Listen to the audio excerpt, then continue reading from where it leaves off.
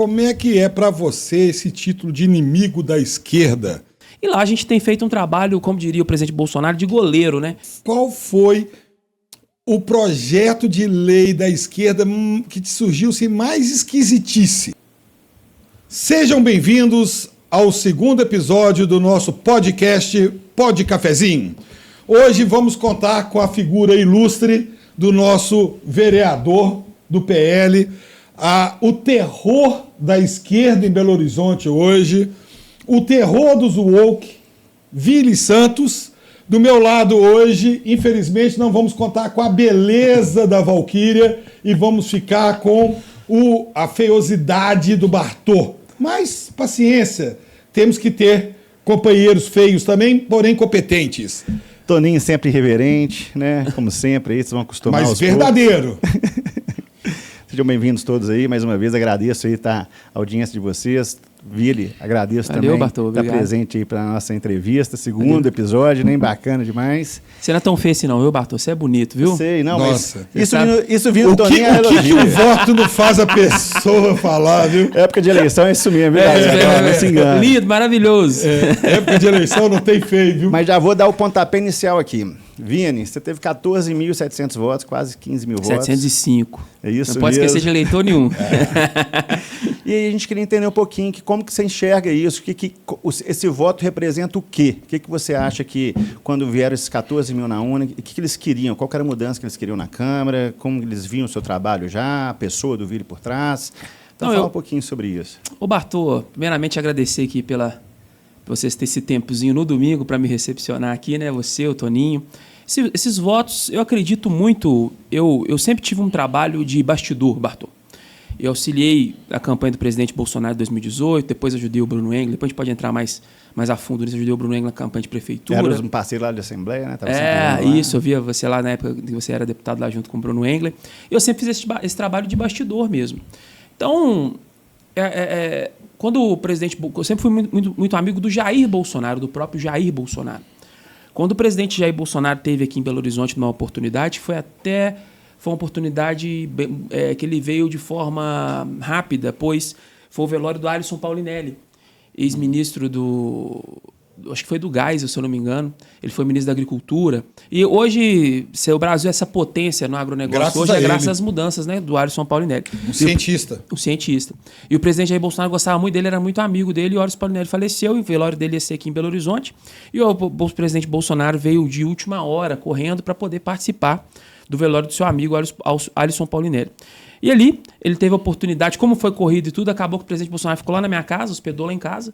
E ali, naquela oportunidade, a gente conversando e trocando ideia, já falando das eleições de 2024, que o Bruno viria candidato a prefeito em Belo Horizonte, o presidente Bolsonaro viu em mim uma pessoa na qual ele confiava para poder concorrer a essa cadeira de vereador no município de Belo Horizonte. Ele sempre me achou muito bacana, mais carismático, de conseguir conversar com o público. Eu sempre tive esse trabalho de escrever discursos, de editar vídeos, de estar sempre inteirado do que estava acontecendo politicamente. Então, eu contei com a confiança dele, com o apoio dele. Então, esses 14.705 votos que você pontuou aí, lembrou, eles são nada mais nada menos do que pessoas que confiavam no presidente Jair Bolsonaro e decidiram passar essa confiança para mim. Eu espero estar representando, né, essas pessoas que confiavam no presidente Bolsonaro e também confiam em mim agora. E a gente tem feito um trabalho assim bem à direita na Câmara Municipal. Hoje em dia, graças a Deus, a Câmara Municipal, dos principais jornais de esquerda, é tido como a Câmara mais conservadora da história de Belo Horizonte, porque a gente tem desenvolvido diversos trabalhos. E eu acredito que esse eleitor do Jair Bolsonaro está acompanhando meu trabalho e, se Deus quiser, está satisfeito comigo. Ah, que bom. É bom saber disso daí. A sua amizade com Bolsonaro já é conhecida. Inclusive, depois nós vamos citar mais coisas a respeito do Bolsonaro, do seu caráter. Mas eu queria que você me falasse uma coisa. Ô Vili, como é que é para você esse título de inimigo da esquerda em Belo Horizonte, que você está ganhando? Para mim, esse título é uma recompensa, né? Não é? Eu fiquei sabendo que eles gostam de fazer muitas assembleias, reuniões internas para se reorganizar. Até uma coisa que Acho que a direita tinha que fazer também. Exatamente. Né? Eles fazem, acho que de 3 em 3 meses, eles se reúnem e veem qual serão as pautas, o que eles vão trabalhar nos próximos 3 meses. E interessante que nessas reuniões, eu até perguntei muito pro pessoal da esquerda lá, quando eu estava lá, assim, pô, eu não vejo vocês discutindo nem nada, qual que é o segredo disso? Eles falam assim, porque justamente nessas reuniões que é a rasgação... Eles vão ajustando. Ali quebra o pau, mas quebra o pau mesmo, mas fica só interno. É o que a gente precisa na direita, que eu acho que a gente precisa demais, ter essas reuniões, ter mais essa união interna para depois soltar as pautas para o público em geral. E numa dessas reuniões, nós ficamos sabendo que eles me colocaram lá como inimigo número 1 deles aqui na cidade de Belo Horizonte. Não porque eles me odeiam, o Vila em si. Não, para mim é uma conquista sem tamanho, né? Se pudesse colocar um trechinho dessa reunião num quadro, eu colocaria. Tem uma awards, né? Prêmio, poder entregar isso lá. Né? Mas é por causa da posição que a gente ocupa hoje do nosso trabalho na Câmara Municipal. Então hoje a gente está na CLJ, que é a principal comissão da Câmara Municipal. O que não passa na CLJ não segue na casa. E lá a gente tem feito um trabalho, como diria o presidente Bolsonaro, de goleiro, né? De não deixar passar diversos projetos de esquerda, da pauta de esquerda, e de segurar mesmo, juntamente com o presidente da comissão, que é vereador Ino Augusto, e também dos meus projetos serem os projetos que atacam mais a esquerda ideologicamente. Então a gente sabe que eles tentam, de forma ideológica, conseguir ganhando espaço nos municípios, consequentemente nos estados e, consequentemente, no país. Então, a gente tenta barrar isso o máximo possível na Câmara Municipal. Então, eles sabem do meu trabalho de articulação com os outros vereadores para barrar o projeto deles também. Os meus projetos que eles consideram muito polêmicos, mas eu não considero nada mais do que o necessário. Então, isso faz deles me acharem o inimigo hoje número 1. Muito polêmico falar a verdade, eu mantenha este posto até o final do meu mandato. Só por curiosidade, surgiu agora, porque você sabe que entrevista a gente vai... Ninguém aqui é ingênuo de achar que nós não preparamos. Não estou falando do Vili, mas eu, Bartô, com a ajuda do Léo, né? Para falar a verdade, o Léo que fez todo o trabalho científico. Parabéns ao Léo aí, que de pesquisa. Ele é o. Vocês vão conhecer o Léo ainda. Quando a gente trazer gente mais. Gente com mais Léo cultura Fortes assim, é o cara. Então, vem. Nós temos o nosso preparo. A gente tem que saber que vai perguntar, mas a entrevista vai surgindo perguntas do nada. E me veio uma curiosidade. Me veio uma curiosidade aqui. Qual foi o projeto de lei da esquerda que te surgiu assim, mais esquisitice? Na Câmara Municipal? Caramba, você me perguntou. Deixa eu ver que eles são tão criativos, né, cara? Pra lembrar tanta assim, de coisa. Mas que foi votado em plenário? Ou plenário, ou então que foi um PL que teve lá, projeto de lei. Você quer ver um que não é muito. É ideológico, mas não é ao mesmo tempo? Tarifa zero. O que é o tarifa zero que eles tentaram colocar lá? Porque o que a esquerda faz, gente? Eles enganam a população com discursos fáceis. É a escala 6x1, é a picanha do Lula, tarifa zero em Belo Horizonte. O que era? Hoje a capital de Belo Horizonte já paga 1 bi para subsidiar a passagem de ônibus. E hoje a passagem de ônibus no valor, se não pagasse, ela seria o dobro do valor, que não daria para muitos belo-horizontinos andar de ônibus. O que a esquerda queria?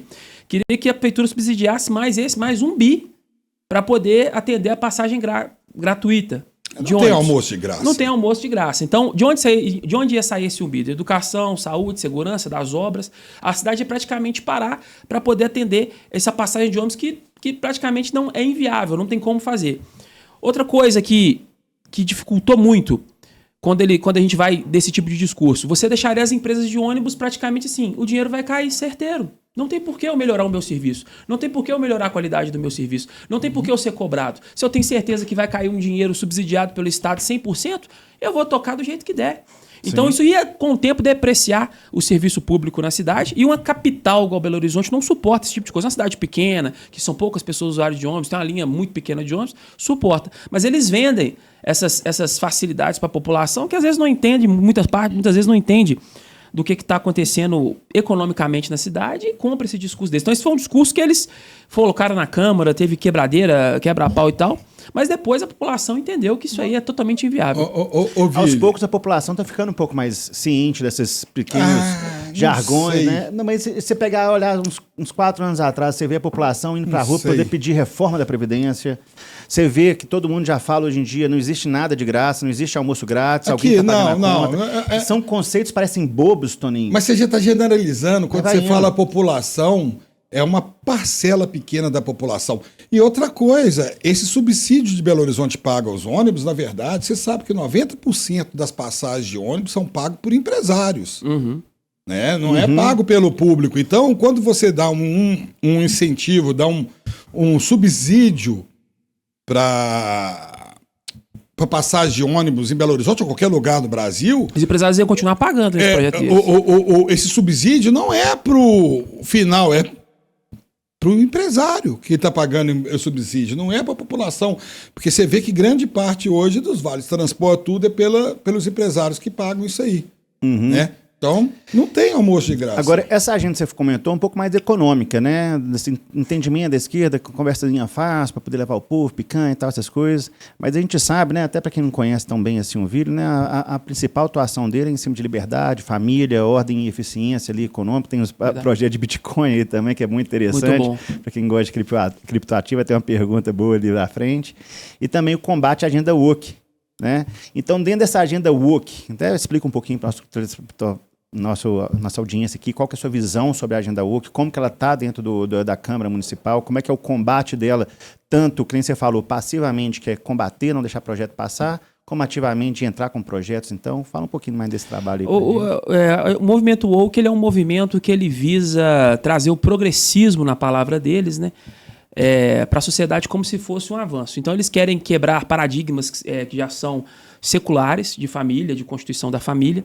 E a gente sabe que a família é a base da sociedade, é a base da organização do Brasil hoje em dia. Então, eles vão colocando projetos com esse tipo de agenda. Por exemplo, cota para trans dentro do serviço público. Absurdo. É um dos projetos deles. Então, por exemplo, se o cara se auto-identificar mulher, naquele espaço de tempo que ele está fazendo o concurso, ele pode disputar uma cota especial para trans dentro do serviço público e pegar um cargo na qual ele vai ficar durante toda a vida. Eu também sou contra cota racial. Eu acho que você tem que ter um mecanismo de cota social, não cota racial. Você não tem que olhar a cor da pele da pessoa para dar ela uma vantagem, seja no estudo ou seja num trabalho. Ela precisa dessa vantagem? Ela é incapaz? Ela é incapaz porque ela é negro? Não entendo isso. É cota social. E não existe branco, pobre também? Entendeu? Então, esse tipo de mecanismos que eles utilizam.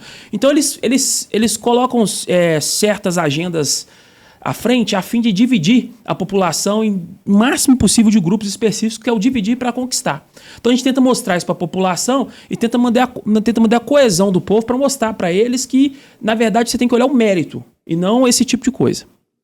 Não, isso, inclusive... Essa campanha woke, eu falei até com o Brunão outro dia. O Brunão, quando eu falo, gente, é o Bruno Engler. Falando em woke, você sabe de onde que vem o termo woke? Não.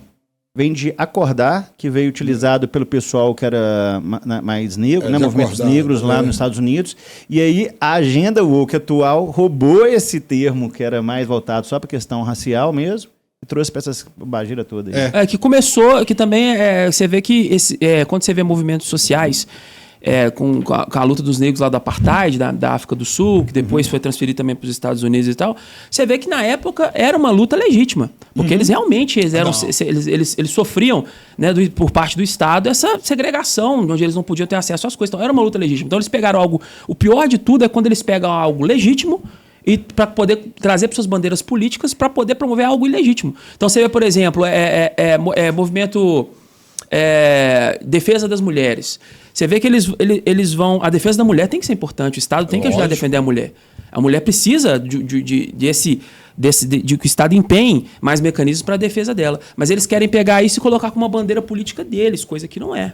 Então é uma coisa que a gente vai vendo e eles querem colocar isso como se fosse uma conquista do feminismo, a defesa da mulher, que também não é, né? Na Comissão das Mulheres. Ou você coloca um homem para disputar um campeonato de luta, judô masculino, feminino, e que ele vai ganhar de todo mundo e vai derrubar todas as mulheres. É importante que as pessoas que às vezes, a pessoa de direita é homofóbica, a pessoa de direita não gosta de gays, não gosta de lésbica e tal. Não é isso, gente. O que a gente faz, onde eu entro nessa pauta? Quando você quer utilizar o Estado para poder promover... você poder promover coisas a mais para essas pessoas, para elas se identificar como isso. Ou você poder você querer me calar da minha opinião. Exatamente. Então o Estado ele não tem que envolver nisso. Então a partir do momento em que você quer criar uma lei, não quero criar uma lei para que 20% das vagas sejam de pessoas trans. Bom, peraí, ué. Como é que é esse negócio aí? Tá estranho, hein? Pô, eu vou fazer um concurso público, eu não vou perguntar se você é gay, se você... quero ver sua nota. E quantos por cento da população são trans? Para começar. Não tem... Você não sabe. Exatamente. Ah, não, porque você não pode mais... você vai equiparar, você falar alguma coisa da pessoa que é gay, equiparar o racismo.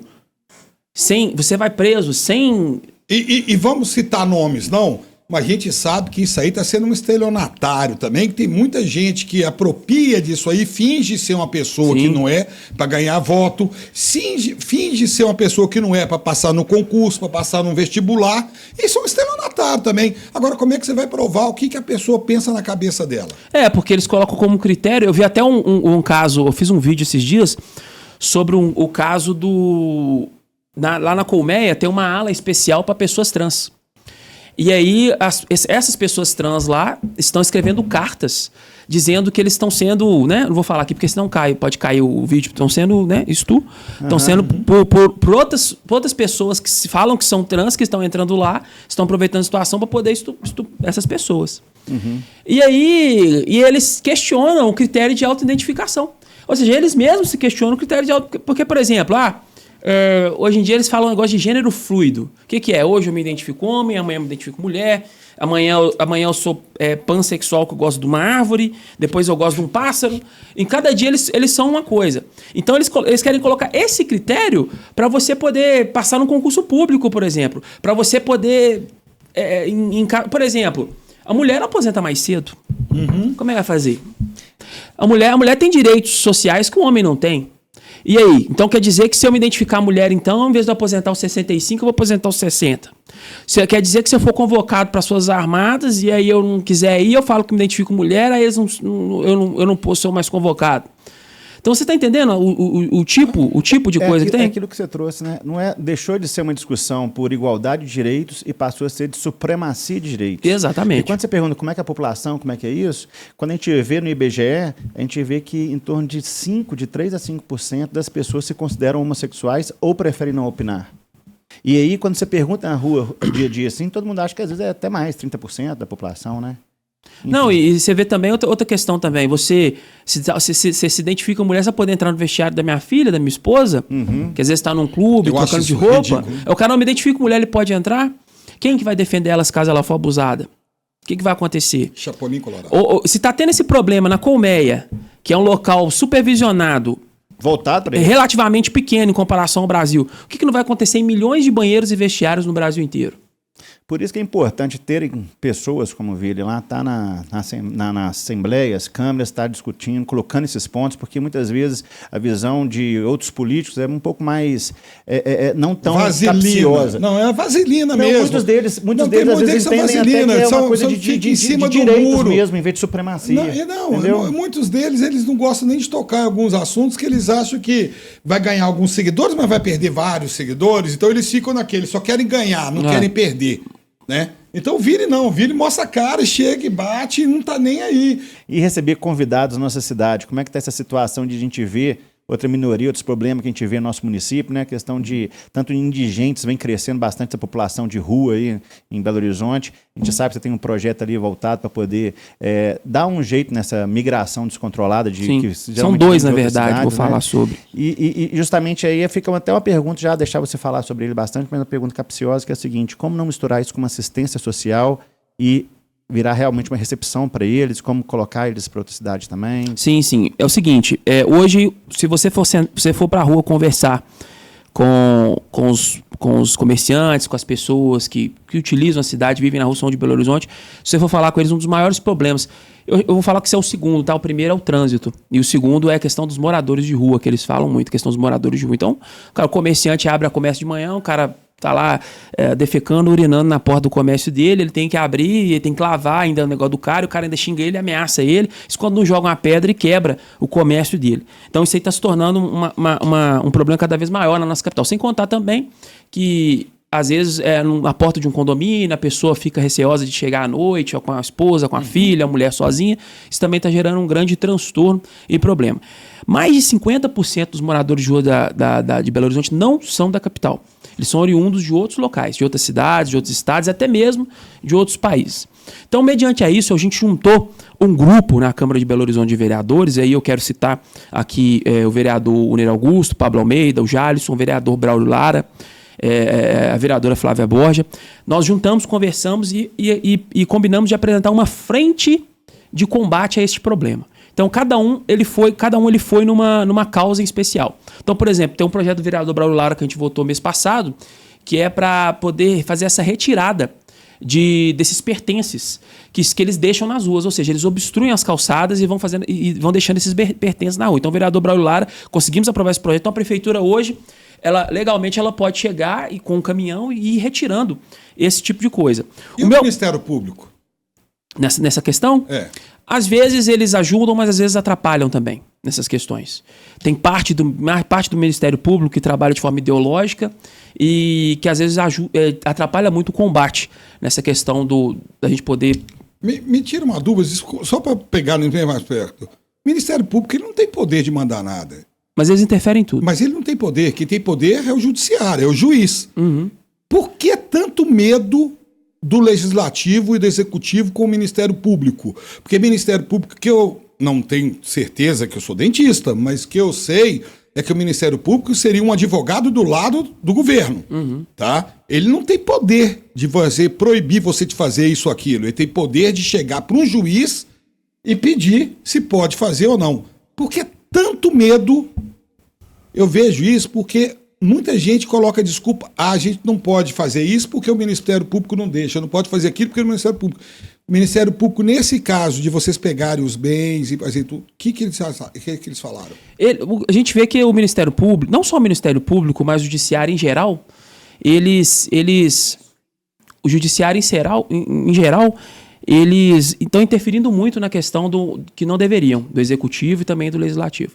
Então você vê Ministério Público, às vezes muitos juízes e tal, que praticamente a Câmara, por exemplo, eu fiz um projeto de cota racial, para não ter cota racial nos concursos públicos da cidade de Belo Horizonte. Já saiu uma nota lá do Ministério do Direito, não sei o que lá, das minorias de dentro do Ministério Público, já dando uma nota, já mandaram para cada vereador para poder interferir no que está acontecendo.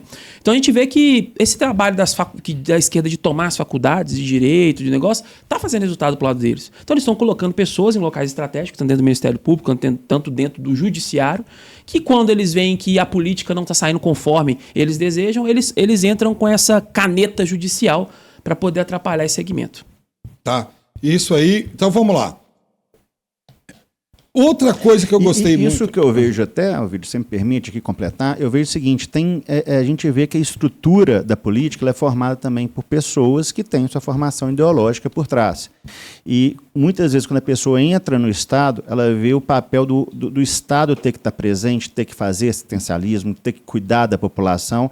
E é aquele negócio, né? Às vezes a pessoa é um pseudo-liberal, está mais próxima ali de entender liberdades econômicas, mas quando entra no Estado, começa a ser convertido, a máquina vai e toma conta. Verdade. Então, muitas vezes, os burocratas ali, eles sentem ali, talvez, a responsabilidade de cuidar, mas eles começam a ver o problema, começam a ver, a gente tem uma associação de bairro, inclusive quem é do bairro Funcionários aí, AMEFAN, tá bacana pra caramba. Tem um pessoal que toma frente lá, não sou eu, né, lógico. E tá fazendo um trabalho muito bom em cima desses problemas de morador de rua. Não sei se chegou o seu conhecimento, a AMEFAN tá bem ativa nisso, conversando com vários vereadores, mas enfim... Isso é importante, né, essa descentralização, as pessoas também... A questão de bairro também ajudando, a gente vê que quanto mais você colocar a base para poder ajudar, melhor ainda. Aí não fica só um vereador ou três. É a organização da sociedade, né? É a organização social. Civil organizada é a saída. Sim, verdade. Também. E tudo. Mas aí nesse debate sobre a questão do indigente ali, a gente vê muito problema de droga, gente que aluga espaço para outros, coloca fogo, dá um problema. Nossa, loucura. Né? Então, voltando aqui só para a gente terminar essa questão do morador de rua. Eu tenho 2 projetos. Um já foi aprovado, está na mesa do prefeito Álvaro Damião para sanção, que é o De Volta para Minha Terra. O que é esse projeto? A prefeitura hoje hoje ela é de forma passiva, ou seja, ela é procurada. Então, por exemplo, o cara tá lá, ele quer voltar para a terra dele. Aí ele é procurado, ele tem que ir lá atrás da prefeitura, pedir e tal. Isso tudo vai gerando uma burocracia na qual acaba que o cara escapa ali e ele volta para a rua. E aí o ponto que eu queria falar é o seguinte, a gente vê esses vários problemas, vê como que o próprio Judiciário, o Ministério Público, tem lá pessoas que têm visões diferentes, né? Não vou nem falar que são militantes ou que fazem algum trabalho ideológico, mas uma visão diferente, que tem dificuldade de enfrentar mesmo, mas a pressão da população faz a diferença. Verdade. E à medida que as pessoas vão batendo, vão falando, vai causando inclusive a opinião daqueles que estão próximos do Ministério Público, do juiz. Porque, por exemplo, o bairro Funcionários tem muitas autoridades lá dentro. Desembargadores, juízes, Ministério Público e tal, etc. E a gente vê que isso vai incomodando as pessoas ali em volta e as pessoas vão entendendo e conscientizando melhor do problema também. E nesse caso que você está falando aí também, você vai criando um convívio, você vai criando um clima, né? Você vai criando um convívio na qual todo mundo vai vendo que é um problema, né? Então, às vezes, mesmo que o cara queira intervir de forma também ideológica, ele fica atado, com as mãos amarradas, né? Porque a maioria da sociedade quer outra forma, né? Mas esse projeto do De Volta para Minha Terra, o importante dele é que a prefeitura vai trabalhar ativamente. Ou seja, a prefeitura vai atrás, perguntar, selecionar, vai dar todo o amparo legal, amparo de saúde para a pessoa, para poder colocá-la de volta para a terra dela, onde você mora e tal. Nós vamos conseguir uma passagem para você e tal. E juntamente nesse projeto também, a prefeitura do local que ele está chegando, a assistência social do local será notificada da chegada daquela pessoa. Então, para a gente poder evitar que a pessoa venha e volta, sabe por quê, Batu? O que acontece em muitos casos? Tem muitos empresários e prefeitos de cidades do interior que acabam enviando para a capital e a pessoa vai ficando por aqui. Então, eu nessas andanças minhas na elaboração do projeto, eu conversei com um rapaz que disse que um empresário, não é a prefeitura, um empresário colocou ele na van, deu um dinheiro para ele, e quando ele viu, ele estava desembarcando ali perto da rodoviária de Belo Horizonte. Por quê? O empresário não queria ele na principal avenida da cidade dele. Eu não tiro a culpa desse empresário, não. Eu acho que, como a omissão do Estado, ele paga os impostos, tem uma pessoa que fica urinando, defecando na porta dele, fica espantando a clientela dele, ele paga os impostos. A omissão do Estado, ele tomou a atitude dele, pode não ser moralmente aceita, legalmente aceita, mas eu acho uma atitude que ele, de desespero, ele tomar. Não acho errado, não. Aí você vai questionar se é moralmente, se for questão de desespero, mas a gente sabe que todas as prefeituras recebem recursos para poder cuidar da sua população de rua e população de vulnerabilidade. Se você acumular todas essas pessoas aqui na capital de Belo Horizonte, você vê o transtorno que a gente está tendo hoje. Então isso aí é só uma forma da capital estar reconhecendo que está tendo esse problema, que está solucionando esse problema. E aí você também tem a questão do nosso projeto, que é os PMMs, que é os pontos de imigração, porque a prefeitura sabe onde essas pessoas chegam, onde essas pessoas são deixadas. E ali mesmo a prefeitura já aborda a pessoa, já recebe a pessoa e já faz todo o encaminhamento para poder enviá-la de volta à sua terra. Antes ela encontrar o caminho do mal, a prefeitura já chega. Exatamente, porque o cara certo, às vezes né? chega aqui, sem onde dormir, sem isso e aquilo. Ou você acha que o mundo do crime, você acha que este mundo em geral já não pega ela, já abraça ela, já coloca ela para fazer alguma coisa e cometer algum tipo de ilícito? Então, antes disso acontecer, a prefeitura chega antes com os PMMs, que são os pontos de imigração, onde vai ter guarda municipal, vai ter assistência social, vai ter polícia militar. Vai ser um ponto onde vai receber essas pessoas e dali já pega ela, já dá o cuidado e já encaminha ela de volta, notificando o prefeito do local de onde ela veio. E me fala só uma coisinha. Quanto tempo tem pro Damião sancionar ou vetar? Se eu não me engano, até dia 26. Não, mas desse agora, mês. Mas ele vai estar fazendo um curso lá nos Estados Unidos na época da Copa. Né? Espero que vete a distância. Espero que aprove a distância. Senhora a distância, mas ele tá. Coitado, ele está fazendo um curso. O prefeito Álvaro Damião falou que mais vai para os importantes, né, Tony? Tem Ele coisa mais importante. vai para os Estados Unidos, coincidentemente, na época da Copa, no país da Copa, fazer um curso, tá, durante a Copa para aprimorar os conhecimentos, para poder aplicar em Belo Horizonte. Provavelmente é um curso de como colocar mais radar em Belo Horizonte. Deve ser esse o curso dele. Tá? Então vamos passando aqui, eu quero só falar uma outra coisa. Eu gostei muito do projeto de lei, eu acho que já foi aprovado, dos pichadores. Isso. É a multa. O que acontece, gente? O vereador, e por mim prendia. Eu até falei no meu discurso lá, por mim prendia e dava uma surra, mas não pode, né? Eu sou vereador. Então, o vereador, o que a gente pode fazer de mais punitivo na questão dos pichadores? É a questão da multa. Então, eu conversei com... Porque no bolso dói, né? Eu conversei com o Lobato, que é o secretário de Segurança. Junto com o deputado Bruno Engler, nós enviamos mais de 2 milhões em emendas para o programa que ele está fazendo, que é o Smart BH, que ele colocaram o nome de Muralha BH, mas é muito parecido com o Smart Sampa. O que é esse programa? São câmeras de alta resolução, que pegam, acho que até mais de 300 metros, pegam o rosto da pessoa e fazem reconhecimento facial, muito parecido com esse que você faz no banco. que pega o reconhecimento facial. Então, quando o cara tá fazendo ilícito, tá assaltando, roubando um celular, roubando um carro, pichando um muro, pichando um monumento, você consegue identificar e saber quem é, saber o CPF dessa pessoa. Então isso está sendo colocado e depois você vê a nobreza do deputado Bruno Engler, que mesmo que foi derrotado nas eleições de 2024, ainda assim, para o bem de Belo Horizonte, mandou mais de 2 milhões em emendas para poder melhorar a questão da segurança pública, independente de qual prefeito que seja. A gente tem que olhar a questão do povo de Belo Horizonte. Então, mediante esse projeto, a gente também colocou junto esse projeto para poder colocar a multa para os pichadores. Ou seja, as câmeras serão colocadas nos principais pontos hoje do centro da cidade, depois elas serão para os bairros, nas entradas, nas saídas das cidades, e será anexado a questão dos rostos das pessoas, né, que principalmente dos mais conhecidos, eles pegam através da CNH, ou do documento de identidade, e se o mau elemento for visto pichando, ele será multado em até R$20 mil, se caso ele for pego pichando. E aí essa multa vai ficar diretamente cobrança com a prefeitura. Então o que a gente quer fazer com isso? Inibir. Porque a pessoa acha que é só um dos discursos lá da esquerda para votar contra esse projeto, foi que nós vamos... cercear o direito artístico do cidadão. Do negro e pobre. Ah, é? Não é do cidadão, é do negro e pobre. O branco não pode pichar, não. Se vocês entrarem para dentro dessa... Eu entrei um pouquinho para dentro dessa comunidade dos pichadores, o que menos tem é negro pobre, viu?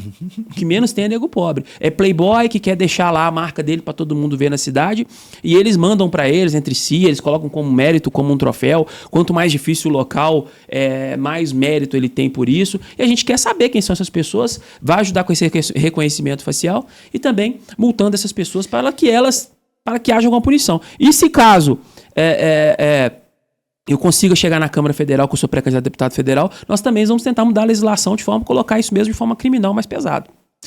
Porque isso aí é quase pra mim a pessoa tá quase te roubando. Mas eu sinceramente eu vejo que, desculpa interromper aqui, essa questão do bolso dói mais do que o crime, porque o crime chega no judiciário, não dá sequência, solta, no outro dia, né, a gente vê várias vezes, quando é no bolso não tem muita, vai a dívida, aperta o cara, machuca o cara ali. E você constrói lá sua casa, seu comércio e tal, você gastou lá 20 mil, 15 mil na fachada, aí vai um cara desse numa noite, estraga a fachada do seu comércio, lá vai você gastar mais 7, 8, 10 para arrumar. Então olha o dano que ele tá causando. Sem contar que a cidade fica horrível, né, mano? Sim. Mas você está se tornando um cerceador da arte belo-horizontina, porque além disso, você proibiu, através do projeto seu de lei, que Belo Horizonte vá patrocinar, a Prefeitura de Belo Horizonte vai patrocinar artistas que fazem apologia ao crime. Você vê porque você coloca como inimigo número 1, né? Você está cerceando o movimento artístico mineiro, belo-horizontino, de pichadores, de apologia ao crime. Que absurdo, eu tive gente, com... sarcasmo, tá? Por favor.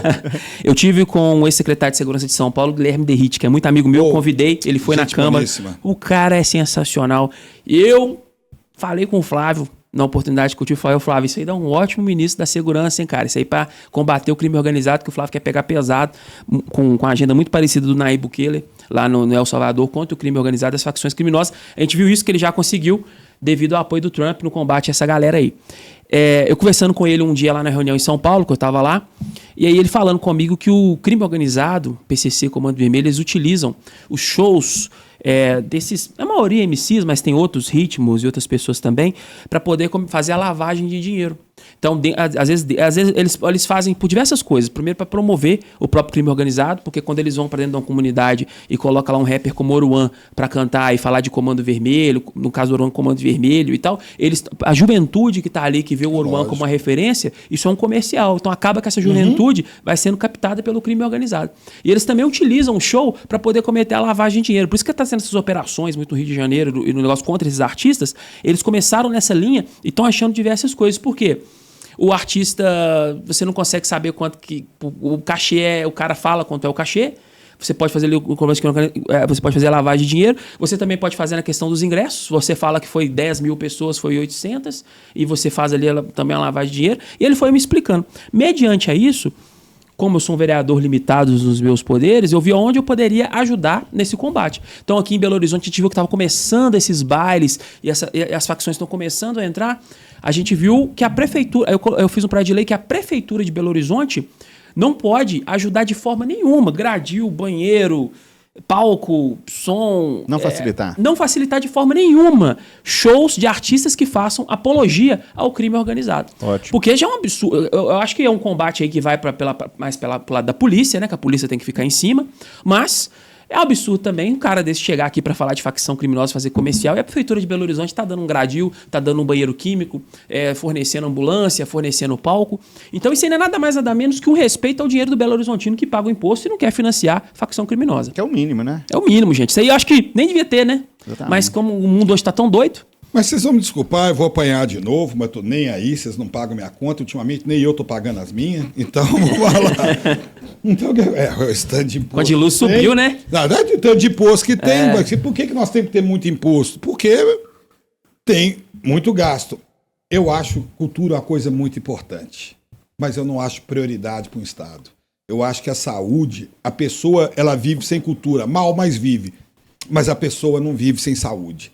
E eu tô vendo que Belo Horizonte, o pessoal fica muito brigando porque tira cultura e tudo, mas na hora que diminui o número de SAMU, o pessoal do SAMU e tudo mais, ninguém briga.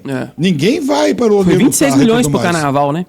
E quanto que tá fazendo para a saúde, quanto que tá perdendo. Isso a gente tem que levar em consideração. Tá bom? Eu tenho a opinião seguinte: se o investimento em cultura vai ter retorno, porque tem muitos shows que geram muita, né? Aquela questão toda, sendo analisado, sem problema. Eu acho que você tem que, a questão da cultura, para dar minha opinião aqui também, você tem que cada vez mais tirar essa obrigação do Estado de ter que financiar a cultura. Sim. E você pode dar uma isenção fiscal para que as empresas ajudem a financiar. Vai ter dentro da meritocracia, né? A gente privada ajudar a financiar a cultura. Então, por exemplo, também, e focar mais na questão de esporte também, do pequeno artista, que foi o que o Bolsonaro fez no governo, né? Por que os artistas aí, os medalhões de esquerda, os artistas foram contra o Bolsonaro e fizeram campanha com ele 24 horas? Porque ele utilizou os mecanismos de financiamento da cultura para financiar os pequenos artistas.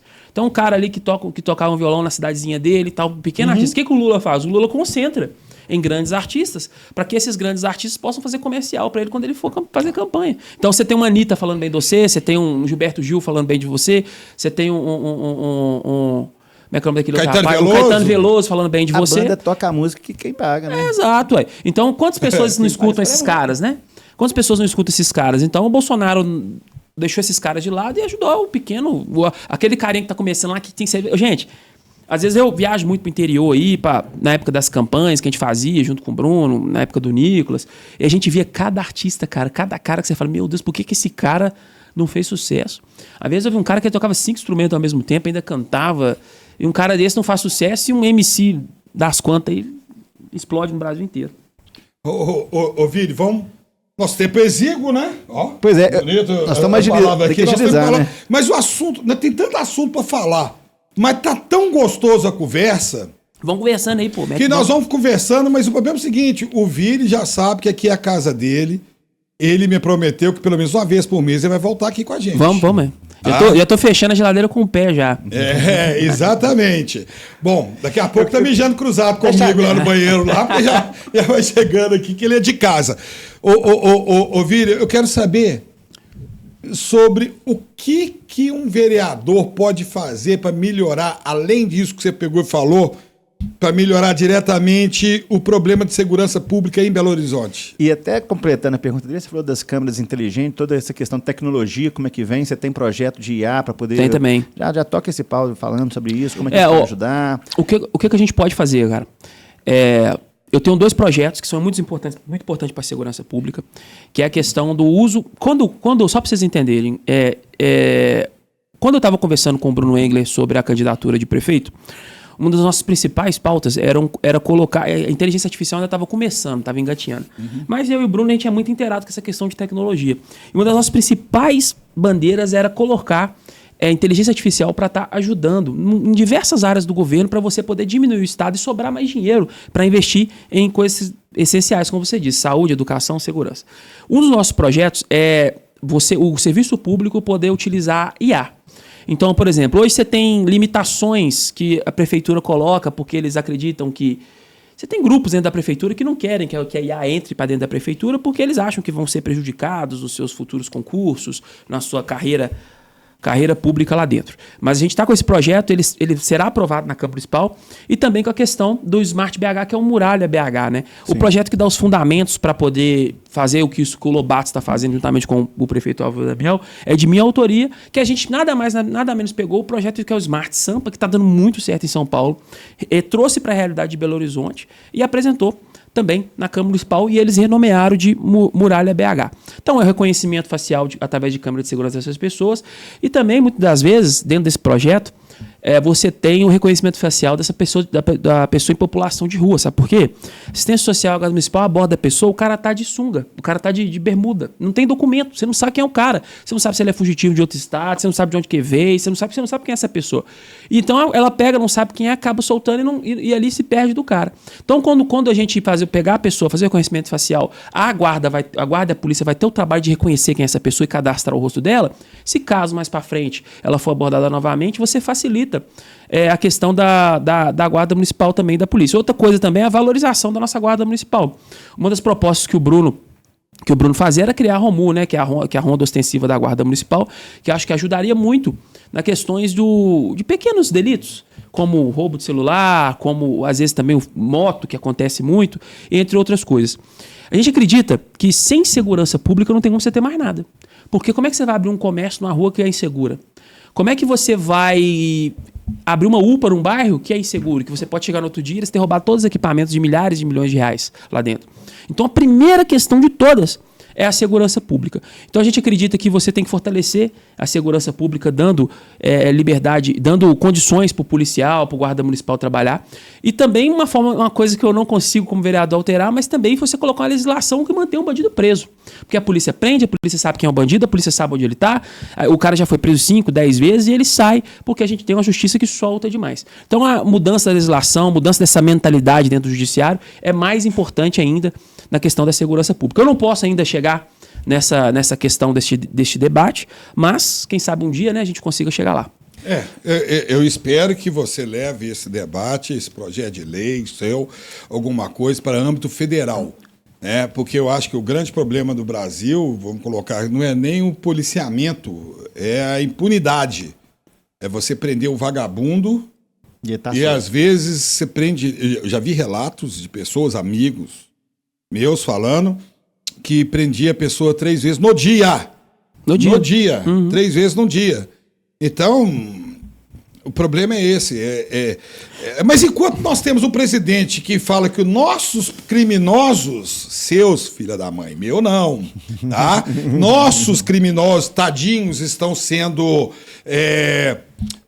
rotulados como terroristas pelos Estados Unidos, porque os nossos criminosos, os nossos traficantes são vítimas do usuário, porque as nossas crianças não podem roubar um celular para tomar uma cervejinha. Mas, gente, você quer o quê de um país que é governado por vamos colocar, um idolatra de criminoso? Aí também querer demais. E não adianta o Léo, que está aqui do meu lado, que é advogado aqui e é o nosso parceiro, olhar torto para mim, falando que eu não posso ficar falando essas coisas aqui, porque não vai me segurar, eu vou falar. Eu não estou dando opinião, eu estou relatando fatos que todo mundo sabe que ocorreu. A esquerda ela é o início do crime organizado no Brasil, né? A gente sabe que... já trata esse assunto sobre a questão dessa vinculação lá dos Estados Unidos, como é que foi a reação da esquerda, como que você vê a reação da sociedade também, a reação da esquerda, porque Duda defendendo nossos criminosos é foda. Não, a esquerda, ela ajudou a começar o crime organizado no Brasil. Isso quem conta é o próprio, acho que o Rui Costa Pimenta, presidente do PCO, que ele conta que o regime militar prendia os militantes de esquerda, juntamente com os bandidos dentro da cadeia, juntava todo mundo, e lá os militantes da esquerda ensinaram os bandidos, na época, os bandidos a se organizarem como movimento, ter organização, ter tudo. Então eles parecem um partido, eles têm organização, eles têm tesouraria, eles têm movimento, eles se preocupam com a imagem deles e tal. Você pode ver que é comando vermelho, né? É algo que que vai de encontro a esse tipo de luta meio que de guerrilha mesmo que eles ensinaram. Então lá atrás, eles ensinaram hoje que hoje está se tornando um grande problema também. Eu acho que a gente só consegue mudar essa questão com duas fórmulas, né? A primeira foi graças ao nosso futuro presidente Flávio Bolsonaro, essa conversa com o presidente Donald Trump de classificar as principais facções do Brasil como organizações terroristas, ajuda muito no combate de inteligência, né? Porque na questão do combate com a inteligência, que os Estados Unidos, eu acredito que é o melhor do mundo nisso, né? Que vai fornecer dados para a nossa polícia, e também no combate armado também, quando essas facções que grande parte do financiamento deles é de tráfico internacional, de armas, de drogas. Então a gente vai ter a potência bélica do mundo ajudando a combater as facções e enfraquecer elas em território nacional. Mas nós temos um governo que não luta contra as facções criminosas, pelo contrário, eles são autorizados a entrar para fazer campanha em locais onde as facções criminosas dominam. Mas o que me dá um pouco de esperança é saber que a gente vai conseguir eleger o nosso próximo presidente Flávio Bolsonaro, que vai atuar firmemente contra essas facções. Se Deus quiser, colocando também um Derrite da vida aí como secretário de Segurança Pública. Cara, o Derrite... Ministro, né? Poxa, e até ministro, né? O combate a essa corrupção, de onde que passa de ser um discurso para elementos práticos com efeitos reais que geram impacto ali? Eu acho que você tem que ter um choque de segurança. O que é isso? Eu estava vendo o documentário da Brasil Paralelo sobre o Nayib Bukele, que eles foram lá entender o que estava acontecendo. Ele foi eleito, ele não tinha... Eu vou falar aqui, vocês entendam como quiser. Ele não tinha um Congresso, não tinha um Judiciário. Ele conseguiu eleger a maioria no Congresso e trocou todo o Judiciário, que estavam sempre na canetada, acobertando o crime organizado. Quando ele trocou todo o Judiciário, ele tinha o Judiciário, as Forças Armadas, o Congresso, ele conseguiu promover a mudança que El Salvador precisava. Ele somou, perguntou todo mundo aí quantos bandidos que tem de facção criminosa. Gente, deixa eu te falar uma coisa com vocês. As polícias sabem onde estão os bandidos, sabem quem são, sabe tudo. Polícia Federal, Polícia Militar, Polícia Civil, sabe onde todos estão, quem são, o que eles fazem, tudo. Eles sabem quantos são, tudo. Ele fez esse levantamento, perguntou quanto que é, 40 mil? Faz uma cadeia aí para 40 mil. Fez uma cadeia para 40 mil, prendeu todo mundo, colocou todo mundo preso. Hoje em dia eles ficam na cadeia lá onde a luz não desliga, onde eles não comem proteína, eles ficam lá, todo mundo cabeça raspada, tem que obedecer. E o crime organizado no El Salvador diminuiu 99,99999%. Que surpresa, né?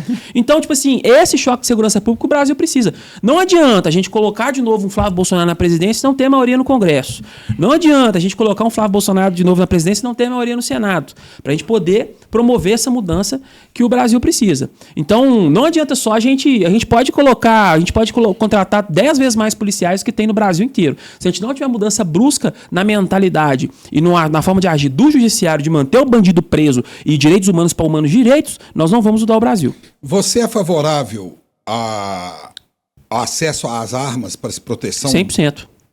Olha, a arma... Olha só, o Estado ele não tem competência para te defender. Por que eu tô falando isso? Você tá na sua casa, Toninho. Você tá lá na sua casa de boa. E aí chega um bandido, entrou um bandido lá dentro. Aí o que o Estado hoje fala com você? O que o governo hoje fala com você? Sua arma é o celular. Liga pra polícia. Se a polícia for muito boa, ela chega em 15 minutos. 15 minutos, filho, o cara já barbarizou, te roubou, abusou de sua mulher, fez o que tinha que fazer e foi embora. Você vai ficar lá chorando e a polícia muitas vezes não sabe quem é o cara, não vai conseguir achar o cara, porque a gente sabe que, acho que mais de 90% dos casos não são solucionados no Brasil, os crimes não são solucionados no Brasil. Quem ficou lesado? Você. O cidadão de bem ficou lesado e o bandido, mais uma vez, saiu impune. Se você tem uma arma de fogo devidamente registrada, que você tem um treinamento, tudo certinho, você consegue se defender. Eu tô te dando a liberdade, eu tô te dando o direito de você se defender. Isso é o mínimo que eu tenho que te dar. É o mínimo. Principalmente em áreas mais inóspitas, onde a polícia vai chegar depois de 1, 2 horas, de você se defender. O bandido, você acha que se você fosse bandido, você ia assaltar a casa de um cara do dentista, igual você que tá lá, ou de um policial militar? Você ia no dentista. Por quê? Porque lá no policial militar você vai ser recebido a bala. Então você cria essa parede. Você mostra pro bandido que a pessoa pode se defender, ela não é uma ovelha que tá. E a outra oportunidade, a outra questão da arma de fogo também, é que a arma de fogo, ela protege você até do Estado de forma ditatorial. Então, o que toda ditadura fez antes de poder estabelecer a ditadura? Ela desarmou o seu povo com um discurso de desarmamento civil. Então, primeiro você desarma a sua população em geral, depois você arma quem está do seu lado dentro do Estado, e ali você domina a população através da sua ditadura do pessoal que Venezuela fez isso. Todas as ditaduras fizeram isso, porque aonde eles não conseguiram fazer, você teve rebelião, você teve revolta interna, você teve guerra civil, que aí você não tem. Então, uma democracia bem respeitada, bem estabelecida, ela tem que permitir a liberdade de seus cidadãos ter armas de fogo. E também a questão básica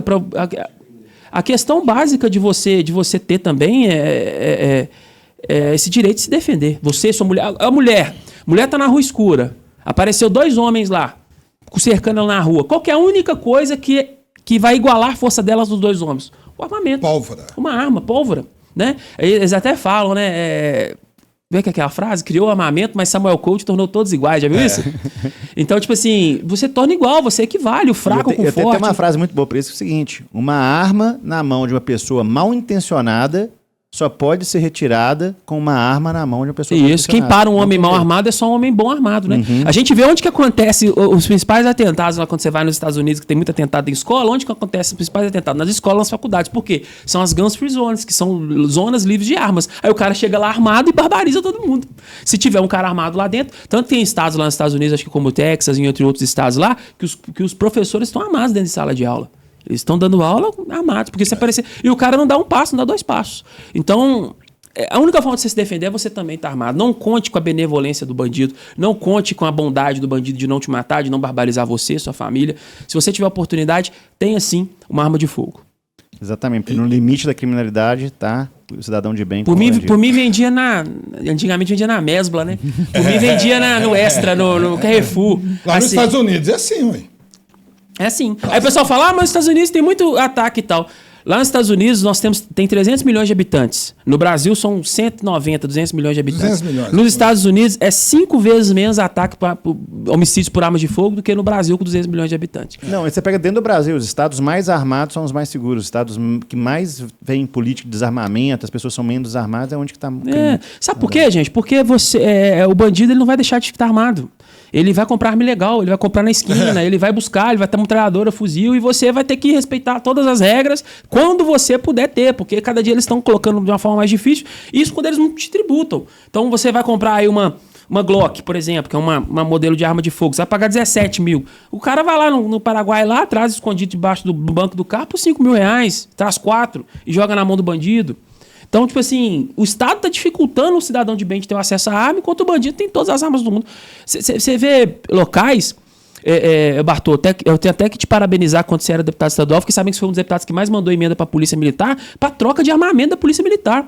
Porque você vê locais que a Polícia Militar ainda estava usando aquelas embelzona, grandona, pesada, que travava, e o bandido de Glock, de zigue-zague, são modelos de arma de fogo, e de metralhadora, de submetralhadora, e o policial lá limitado. Tem um caso... que até hoje, cara, quando eu vejo arrepio que eles estão saltando um banco no interior, um policial militar de Embel vai no cantinho assim, toma um tiro na cabeça de pistola contra bandidos de fuzil. Então, e aí? Como é que vai fazer isso? Eu tô falando das forças de segurança. Imagina um cidadão. E outra coisa, hoje a questão da arma de fogo, o cara tem que ser classe média alta para ter uma arminha de fogo mais ou menos, porque é caro você manter, por causa das regras que eles põem da burocracia, você tem que ir no clube de tiro e tal, acaba com um cidadão que dependendo da faixa financeira dele, ele não consegue manter uma arma de fogo, fica mais caro que manter um carro, né? Vamos lá, meu amigo, vamos mudar um pouco de assunto, que eu não guardo dinheiro, não vou guardar segredo, né? Conta pra nós tudo. Eu sei que você não vai contar tudo, mas eu tenho obrigação de perguntar tudo. Conta tudo. Tá. Então vamos lá. Flávio Bolsonaro. Até dá o cartão de entrada aqui, né? Porque o Vili foi um dos principais organizadores. Os principais não, ele foi o organizador. Não, um dos principais não, ele foi o organizador. O Vili encheu o saco do Flávio Bolsonaro. Você precisa vir aqui, Minas precisa de você. Flávio, preste atenção. Seu pai, em 4 anos de mandato, nunca veio em Minas Gerais. Depois não adianta chorar. Ou seja, começou a passar alguns dias em Minas Gerais durante sua campanha. Parabéns! Mas se ganhar, não faz igual seu pai, não. De ficar 4 anos largando Minas, tá? O Bolsonaro largou não, pô. Bolsonaro... Eu tenho que te Não. tive que ficar 3 vezes aqui. Não adianta corrigir. Veja bem, eu sou de direita. Ele veio, Tony, você tá doidão? Não. O Bolsonaro veio um monte de vezes, pô. Eu Veio tive que entregar, ficar 3 vezes. Eu tive que ficar 3 vezes aqui em Minas. veio entregar emenda do metrô, quando ele Não. mandou 2,8 O problema das enchentes, ele teve reunião emergencial. negócio de Mariana lá, da barragem. Ele veio, pô. Tá viajando. nada. Tô O presidente viajando, Bolsonaro visitou, sim, muito Minas Gerais. Eu vou dar uma olhada Inclusive, nisso. graças a ele, o metrô de Belo Horizonte hoje está saindo aqui 2,8 bi do governo Bolsonaro, que ele mandou aqui para BH, aqui pra região ali do Barreiro, né, da linha 2. E graças ao presidente Jair Bolsonaro que a gente tem isso, porque o Lula fazia metrô em Caracas e em Cuba, né? Então a gente trouxe aqui para Belo Horizonte, né? Então o Lula tá vindo aí querendo falar que é o pai da criança aí. Quem pagou, quem financiou foi o presidente Jair Bolsonaro. Eu acho que ele veio muitas vezes, Tony. Pô, Tony, você... Calma, eu vou pesquisar Pergunta o aqui. chat Te aí, mostra pô. as fotos que eu tive aqui, mas essa cutucada, Toninho, é interessante porque o que ele quis falar aqui é sobre como que Minas Gerais é importante, né, no cenário político do Brasil, como que é importante essa visita do Flávio aqui. E você que estava ali acompanhando lado a lado com ele o tempo todo, falar um pouquinho pra gente saber também como é que foi a visita, quais locais foram interessantes. Foi bacana. Claro, os bastidores, as curiosidades ali também. Minas Gerais, por ser importante, Bartô, o que acontece? Aí o encontro dele com o Zema também, que Foi. gerou um pouco ali de... Vou guardar tudo, olha só. Ó, gente, uma coisa importante. Por que o pessoal às vezes já fala que eu critico o Partido Novo em questão e tal? Em 2022, nós perdemos aqui seguindo o que foi dito nas eleições, nós perdemos em Minas Gerais as eleições. E Minas Gerais, ela é como se fosse um pequeno Brasil, ela está bem no meio do Brasil. Ela é um pequeno Brasil, onde tudo se encontra. Então você tem ali o norte de Minas mais parecido com a votação do Nordeste, você tem o sul mais parecido com a votação do sul do Brasil. Então ali a Minas Gerais é uma amostra do Brasil em questão. Em 2022, o Zema, para poder... Inclusive retratando com fidelidade o que é o Brasil, né? Onde vota no PT tem pobreza, tem miséria, Exato. onde que vota na direita tem Exato, para prosperidade. você ver que é complicadíssimo, né? Que aquele que quer o voto da pobreza não vai ter interesse de tirar da pobreza. Exato, Né? o Lula mesmo já falou isso no congresso dele, né? Que a pessoa que ganha mais de 6 mil reais não quer mais votar no PT. Então qual que é o interesse do Lula da pessoa ganhar mais de 6 mil reais, né? Enfim, o Bolsonaro, o Zema em 2022 foi aconselhado pelos seus marqueteiros, pelo seu partido, em não apoiar o presidente Bolsonaro no primeiro turno. Ele fez uma campanha, somente ele, ali no primeiro turno, ganhou no primeiro turno, porque ele não trouxe a rejeição que o Bolsonaro traria para ele na chapa, mas prejudicou na montagem da gente poder expandir a campanha do presidente Bolsonaro no primeiro turno, em 2022. Praticamente o palanque do Bolsonaro em 2022 foi o Cleitinho, foi candidato a senador, e a campanha ali do Bruno e do Nicolas foi uma campanha muito vitoriosa, tanto que fez eles os deputados mais votados da história de Minas Gerais. E ali, no segundo turno, o Zema entrou na campanha, porém ele entrou com a imagem dele. E a gente sabe que muitas vezes a imagem do Zema não transfere voto.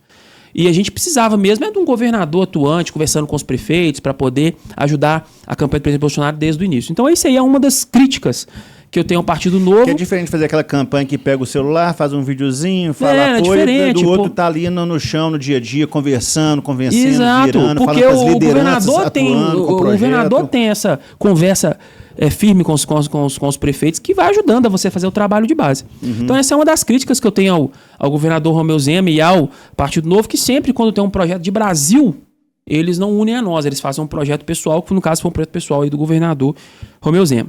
Águas passadas, trouxemos as eleições para 2026, correto?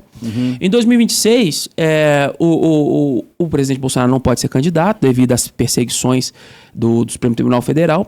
Ele escolheu seu filho, Flávio Bolsonaro, para poder capitanear essa candidatura. O Flávio, ele precisa ganhar em Minas Gerais. É primordial a vitória do Flávio Bolsonaro em Minas Gerais, principalmente no segundo turno. Primeiro turno, acho que ele vai ter dificuldade, porque o Zema vai drenar um pouco de votação da direita, principalmente dentro de Minas Gerais. Mas no segundo turno, acredito que ele consegue a vitória. Eu tenho trabalhado firmemente, porque eu tenho visto que a campanha do Flávio está fazendo uma forma muito correta, que é furar a bolha. O que a campanha do Flávio entendeu? Nós já temos a direita, nós já temos os bolsonaristas. Esses 58,7 milhões de votos que votou no Bolsonaro não vai votar no Lula. Nós precisamos virar 1,5 milhão de votos.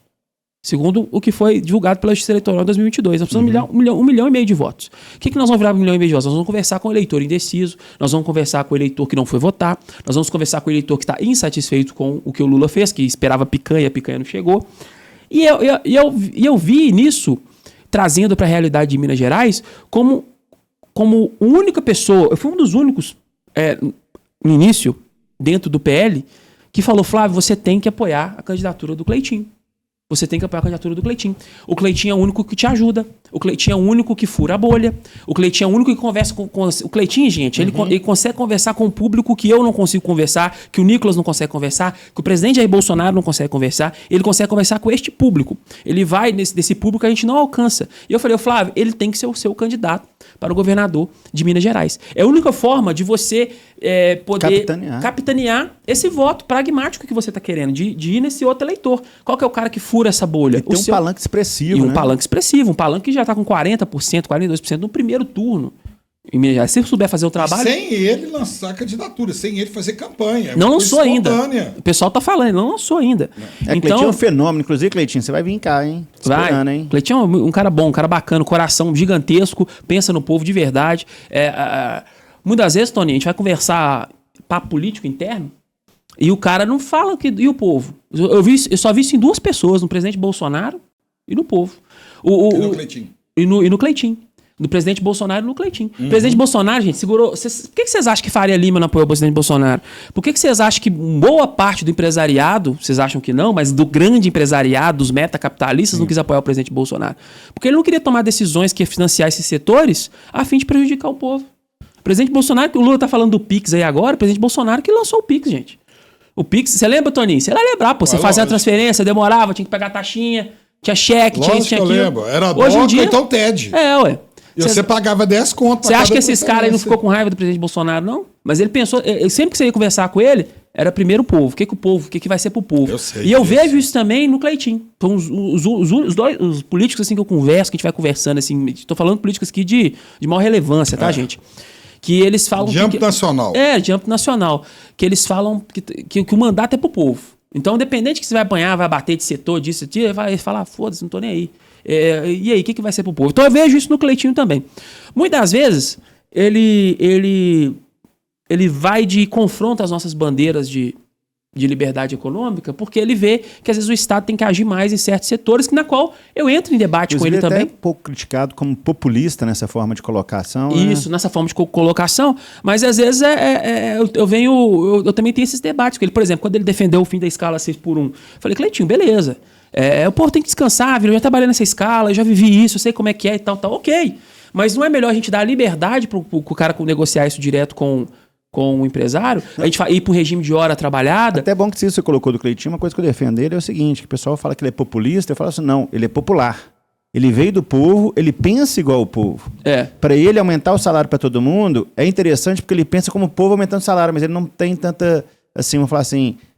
noção de que isso representaria. No final, em a gente fiscal. quer a mesma coisa. A gente quer que o povo ganhe mais, a gente quer que o povo descansa mais, a gente quer que o povo aumente a produtividade. Onde a gente vai discordar é nos meios de fazer isso, né? Eu não acredito eu não acredito, que é o que eu falei com o Cleitinho, que é numa canetada do Estado. Você não vai trabalhar mais um dia e tal. Não. Beleza, quer fazer dessa forma, quer encaminhar dessa forma? Então vamos diminuir os encargos trabalhistas para o empresário, para ele poder tirar esse custo que ele vai ter do funcionário parado um dia do encargo trabalhista. E não colocar esse custo no produto. E não repassar esse custo para ele tomando prejuízo. Então, por que o Estado não segura? Já que o Lula quer tanto acabar com a escala 6x1, que eu acho que é a nova picanha do ano de 2026, por que ele não segura esse custo em encargos trabalhistas? Diminui os encargos trabalhistas, vai sobrar ali 15%, 18%, que é o que o empresário vai gastar mais para dar um dia de folga para a pessoa. Com a fome do taxade? Com a fome do taxade? Com a fome do taxade. Não. Aí sabe o que vai acontecer? Se não fizer isso, o cara vai... Um copo que é R$5, aí o empresário no final vai reformular lá o quadro de funcionários dele para atender a escala 5x2, e esse copo que é R$5 agora vai ser R$5,70. E aí você vai pagar. Você vai pagar no final das contas. Não tem almoço de graça. Não existe almoço grátis. Então o que a gente quer fazer? Não existe. Joga então para os encargos. Diminui imposto, Lula. Corta imposto. Corta imposto na folha. Mas cortar imposto significa que você tem que cortar juros, significa que você tem que você tem que cortar também gastos, né? Então, dando o jeito que ele está fazendo com o dinheiro. Gente, tem muita gente da economia falando que nós chegamos numa parte desse governo pior do que da Dilma, tá? Pior do que a da Dilma. Pior do que a pandemia. Se tudo ocorrer bem, nós estamos fodidos. Se tudo correr bem. Mais uma vez, nós conseguimos eleger o presidente Flávio Bolsonaro presidente. Ele vai ter que pôr um Paulo Guedes da vida para limpar a cagada piorada do PT. Que o Paulo Guedes já estava limpando, aí voltou pro Lula gastou tudo, arrebentou com tudo, agora tem que limpar de novo. E você vai ver o PT fazendo aquele discurso, né? Que, eles são os caras que fazem a festa, a gente é o cara que limpa o final da festa, né? Mas enfim, na questão do Cleitinho. Outra coisa também que o pessoal, que eu vejo parte do pessoal reclamando, questão que ele fala das rodovias com pedágio. A gente sabe que Minas Gerais tá maior que a Alemanha, né? Do tamanho da Alemanha. E aqui eu acho que é a maior malha viária do Brasil, não é isso, parceiro? Que foi deputado, você sabe. Disparado. Então a gente sabe que se você não privatizar e ter a questão dos pedágios, nós vamos ter um grande problema. O Estado dá conta de cuidar, não tem como cuidar dessas estradas todas. Então você tem pessoa andando em cima do buraco aí. Qual que é a questão do Cleitinho? Não é contra o pedágio. Mas, poxa, eu peguei uma estrada, eu acho que indo pra Paz de Minas, que a gente pagava R$10,30 a cada 20 minutos de pedágio, 20 minutos andando, R$10,30, R$10,30. A estrada é mão única. Então é como essas concessões são feitas. R$10 de pedágio para me andar em mão única. Então, beleza, eu concordo em pagar R$10 de pedágio, mas, pelo menos 3 pistas. Qualidade, quando você vai para São Paulo, você vai em São Paulo, por exemplo, as rodovias lá, a maioria são pedagiadas, até naquele sistema free flow, mas são rodovias de qualidade, grandes, boas, você tem prazer em andar na rodovia. Entende? Aí eu concordo, às vezes, você pagar a questão do pedágio lá. Outra coisa que o Cleitinho fala também... Só um detalhe sobre isso, é aquela questão, né? Uma coisa é a gente começar com uma ideia de pedágio, entender como é que isso melhora. Você paga ali 4 mil, 5 mil de PVA por ano, às vezes você paga R$100 mais por uma viagem que vai te garantir segurança. Então, tudo isso é questão de ideologia, consciência, de população, mas também tem como fazer, como saber fazer, como pedagiar uma rodovia, que horas cobrar o pedágio, quando que a rodovia precisa entregar processos para poder entregar melhorias para o povo e aí começar a cobrar pedágio. Isso é tempo de processo também, de melhoria de processo. Eu não sou contra o pedágio. Também eu não, sou contra o pedágio e IPVA junto, porque o IPVA quando chegou, que era o TRU, né, taxa rodoviária única, não vamos colocar essa taxa rodoviária para não precisar ter pedágio e a gente cuidar dos nossos asfaltos das nossas estradas. Aí não cuidou bosta nenhuma, virou um outro imposto. O Estado nunca retrocede, né? O Estado nunca retrocede. O Estado é o maior inimigo que nós temos. Tá? Não vem falar que o Estado é a solução, é o maior inimigo que nós temos. Ele é o nosso sócio só no lucro. Prejuízo não, mas no lucro ele é nosso sócio. Então o que acontece? Nós vamos pagar 4% de imposto, que na verdade é 8%, porque metade do carro é imposto já, e você tem que pagar imposto em cima de imposto, a tributação, para poder virar e falar outras coisas. Não vamos discutir isso, porque vai dar muita raiva, porque eu pagaria 10% se eu tivesse uma saúde excelente, uma educação muito boa, se eu tivesse um sistema de segurança. Mas nós não temos nada disso. Tá? Então, meu amigo Vili, vou me desculpar, realmente o Bolsonaro teve 3 vezes em Minas, 3 vezes em Minas Gerais, a 4ª vez foi durante a campanha do segundo turno, mas a primeira vez ele foi para Brumadinho, sobrevoou, a segunda vez ele foi no Mineirão, provavelmente assistiu algum jogo do Brasil. Na 3ª vez, ele veio em chuvas fortes também em Belo Horizonte, sobrevoou. Então, nada assim específico. E depois, no segundo turno, ele veio fazer uma visita do recurso do metrô. Pouco para uma importância do Estado que nem Minas Gerais. Tá bom? Então, nem tanto a você, nem tanto a mim, os dois erraram. Vamos aqui, voltando aqui uma coisa, porque o meu compromisso... não é... vou falar que nem aquelas coisas, meu compromisso é com a verdade, cidadão. Não, meu compromisso é falar a verdade mesmo e não adianta. Vamos aqui aproveitar, Vili, e Minas Gerais, o Brasil passa por Minas. Cleitinho, candidato ao governo. Como entra o PL nisso daí? Olha, as conversas que estão acontecendo é que o Cleitinho, independentemente se ele for candidato ou não, que eu acredito que ele vai ser, o PL vai estar junto com ele, na indicação de um outro candidato, na conjuntura de um outro candidato. O importante é o PL estar auxiliando na vitória do Cleitinho, tanto uma candidatura de senador, que vai ser o nosso presidente do partido, que é o Domingos Sávio, nosso pré-candidato a senador. Também podendo indicar até às vezes um vice-governador. E também a gente acha que o PL deve fazer entre 13 e 14 deputados estaduais, que vai estar ajudando na governabilidade do Cleitinho. Estaduais. E federais? Federais, a previsão do partido é que seja feito de 17 a 20. Depende da votação do Nicolas. Tá muito apertado.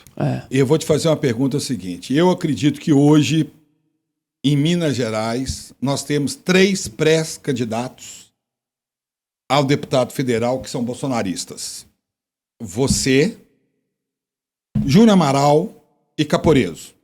São os 3 bolsonaristas, tá?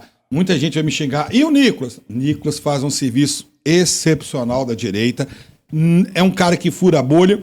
Mas hoje em dia ele não é bolsonarista, mas isso não é demérito, tá, gente? Isso não é demérito. Isso aí, eu só estou me posicionando que eu acho, na minha opinião, o Nicolas não é bolsonarista. Porém, o Nicolas é um baita parlamentar de direita, fura a bolha, ele chega junto. Isso aí nós temos que colocar dessa forma. Então, 3 bolsonaristas que nós temos. Vili, Caporeso, então o Vili como vereador, pleiteano, deputado federal, Caporeso, deputado estadual, pleiteano federal, Juninho Amaral já é federal, pleiteano, o terceiro mandato. Isso. O que você acha disso? Não são poucos bolsonaristas para quantos candidatos que são do PL? A chapa inteira são quantos candidatos? São em torno de 80. Em torno de 80. Não, de que você está falando? Deputado federal? 54, né? 54? Quer subir uma cadeira. Mas não é 150, não? Não, mas quantos candidatos do PL? De deputado federal? 54. 54 deputados do PL. Candidatos, né? Pré-candidatos. Você não acha 3 muito pouco, não? Não, o que acontece?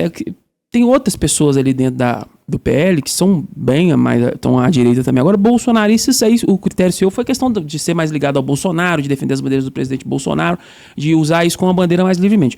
Hoje, o Júnior Amaral, que é um cara excelente, um cara que começou o movimento todo lá atrás, ele é policial militar também, faz um trabalho excelente, acho que foi um dos deputados federais com um dos melhores desempenhos em Minas Gerais, e ele está muito focado também na campanha ali no Contagem, que ele foi pré-candidato a prefeito, né? E eu acho que ele vai sair de Contagem com a votação expressiva. Você tem a questão do Caporeso, que ele foi eleito deputado estadual junto com o Júnior Amaral, e agora ele está vindo deputado federal também junto com o Júnior Amaral, também tem uma bandeira forte dentro do bolsonarismo e também com a segurança pública, porque também é policial militar. No meu caso, eu trago essa bandeira mais ideológica mesmo, de militante de rua mesmo, de começar no discurso de rua, de ir pra cima, de conversar com o povo ali, com a galera com as famosas tias do Zap, né? Eu venho dessa galera mais de militância de rua mesmo, não sou policial. E também... Você estava naquelas manifestações lá em 2012, 2013? Eu participei dessas coisas tudo. Começou, foi isso, e sempre. Eu comecei, pra quem não entende, eu sou amigo do presidente Jair Bolsonaro desde 2012, quando a gente queria o Bolsonaro candidato a presidente em 2014. Só que o PP na época não deixou, ele foi candidato a deputado federal no Rio de Janeiro, teve 400 e poucos mil votos. E a gente começou a trabalhar Bolsonaro em 2018. Então eu sou jurássico lá atrás do bolsonarismo mesmo, quando eu falo pessoal. Teve envolvimento com o Direita Minas naquela época também? Eu não, porque eu tinha mais amigo do presidente mesmo, do Jair, do próprio Jair. Então eu conversava direto, tinha um movimento aqui, eu não envolvia com o movimento, e depois eu fui envolvendo com o próprio Jair e o Eduardo Bolsonaro, me falou do Nicolas, do Bruno Engler, do Júnior Amaral, aí o Eduardo Bolsonaro que me apresentou o Engler e o Júnior Amaral. Eu tinha um envolvimento mais com eles. Pode te falar que eles me deram trabalho demais pra gente nessa época, viu? Porque nessa época, até pessoal que não entende, a gente já tinha um movimento de direita, né? As manifestações chegou a Direita Minas, que queriam pôr Bolsonaro parecer na galera frente. Barulhenta, a galera foi pra cima. E até hoje a gente faz esse movimento aí de rua mesmo, de ir pra cima. 2, 3 vezes por semana, eu tiro uma noite minha pra ir pro sinal de trânsito mesmo, cara. Conversar com o povo, pôr bandeirão fora Lula. Eu adoro também. É o que eu gosto, cara. Eu gosto de falar direto com o povo, eu gosto de estar direto com o povo. Então eu abordo ali 80, 100 pessoas uma noite, converso com todo mundo, troco ideia, pego contato. E Vê o feedback meu estilo, na rua do que está sendo, né? Isso, meu estilo. As pessoas me param, falam, Vili, tal, gostei do tal, tamo junto e tal, pai. Então, tipo assim, eu acho isso importante, eu acho que tem que ser essa campanha de povo mesmo, muito parecida com a campanha que o Bolsonaro fazia, que é a minha referência, quando ele era deputado. O Bolsonaro ficava no calçadão. Abria a live de chinelão lá. E dando Santinho, conversando com o povo e tal. Ia pra praia. Isso, a minha pegada é muito parecida com essa. Eu não tenho um nicho em nenhuma classe, não tenho um nicho em nenhuma... quem que é? Qual que é a sua maioria de eleitor? Qual que é a galera que vota no você? Eu tive votação igual em todos os bairros de Belo Horizonte. Obviamente, proporcional ao tamanho do bairro. Então, é a galera que realmente gosta desse cara que vai pra rua e batalha. Eu já falei que Bruno não concorda muito comigo, não sei se concorda, mas eu acho a eleição mais difícil que tem é de vereador, porque todo mundo conhece 10 pessoas, amigos que são candidatos. Um primo é vereador, sempre. Aí você tem que realmente mostrar o seu trabalho, mostrar... É um mandato que é muito cobrado também, né? Muito, porque... você tá perto, você tá junto. Meu gabinete é gente o dia todo, cara. É gente o dia todo, cobrando, e com pedindo. tá? E o pessoal cobrando, pedindo. Tem gente que pede coisas particulares pra eles mesmos, a gente explica que não pode, que não é assim, como é que... Mas a gente vai desacostumando as pessoas a fazer daquela velha política, né? Mostrar que você tem que votar em alguém que você acredita que te representa. Né? Eu acho não que vai te dar alguma coisa. Você já está fazendo um estrago, entre aspas, estrago quando eu falo relacionado à esquerda. Você está fazendo um estrago tão bom na Câmara Municipal que eu fico imaginando você na Câmara Federal. Vamos pra cima, não é mesmo? Eu sei disso. E vai ter cappuccino pra mim lá também. Vai lá. Vai ter cappuccino. Então você vai sair de BH pra ir em Brasília e não vai ter cappuccino, pô? Eu fui ver o Juninho Amaral, não teve. Fui ver o Nicolas, também não teve. Esse é mão de vaca, eles não gastam com nada. Não compra um cappuccino. Que tá cada vez mais caro, viu? Fui comprar ontem, tá absurdo. Mas aqui, nós já estamos providenciando um cappuccino bom pra nós aqui. E outra coisa que eu quero falar é o seguinte. Mão de vaca igual o Bruno Engel não existe. Não, tem não. O Brunão... Se bem que o Bartô também, puta merda. Se o Bruno tivesse ganhado na prefeitura, meu filho, ia deixar pra... O Bartô... Aqui, Bartô tem um problema. Bartô entra no mar com um sorrisal na mão. Sorrisal sai sequinho. Ele... Léo, ele e Brunão é difícil, né? Os dois aí... Não, os dois pra competir com ponduragem. Nossa Senhora. Econômico não. Esganar de pão duro. Mas vamos lá. Meu amigo... Eu quero te fazer, então, uma pergunta, é o seguinte, né? Que a gente tem um lema aqui que é moleza... O lema do canal é que é moleza, senta no pudim. Eu ia falar senta no colo do Bartô, mas o pessoal não deixa. Então vamos falar, senta no pudim. Então vamos lá. Para você, então, de coração, qual é o limite entre... decoro, falta de decoro parlamentar e combate à esquerda. Qual que é o limite? Porque eu acredito que é uma linha tênue. Primeiro, você tem várias formas de combater a esquerda, né? Então, através de um projeto, da burocracia ali dentro da Câmara, de segurar um para não deixar falar. E dessa forma você não quebra decoro. Você consegue combater, eu vou falar para você, 80% da agenda deles. E, obviamente, o parlamentar também, ele é feito para falar, né? E quando a gente vai para o microfone para poder falar, a gente tem que se policiar para não extravasar nas questões legais. Então, não ofender de forma a pessoa. Você sempre fala do grupo em si, da agenda em si, do projeto em si. Então, a gente, ao mesmo tempo que a gente está ali de forma com o coração falando, indo para cima... no discurso, no debate, até mesmo, às vezes, quando a gente se refere com o parlamentar ali, olhando para ele, é só você se policiar para não falar algo que ele vai usar judicialmente contra você. Que se você falar, hoje em dia no Brasil, uma frase fora de contexto, ele pode usar judicialmente e a gente pode cair na mão de um juiz militante da vida que vai utilizar disso para caçar o seu mandato. Já teve vontade de dar porrada em alguém? Já, demais, velho. Mas a gente segura, né? A gente segura. Não, falei vontade, a vontade... Não, a gente segura. Interessante você falou aí, questão de entrar num crime, né, ali com a pessoa.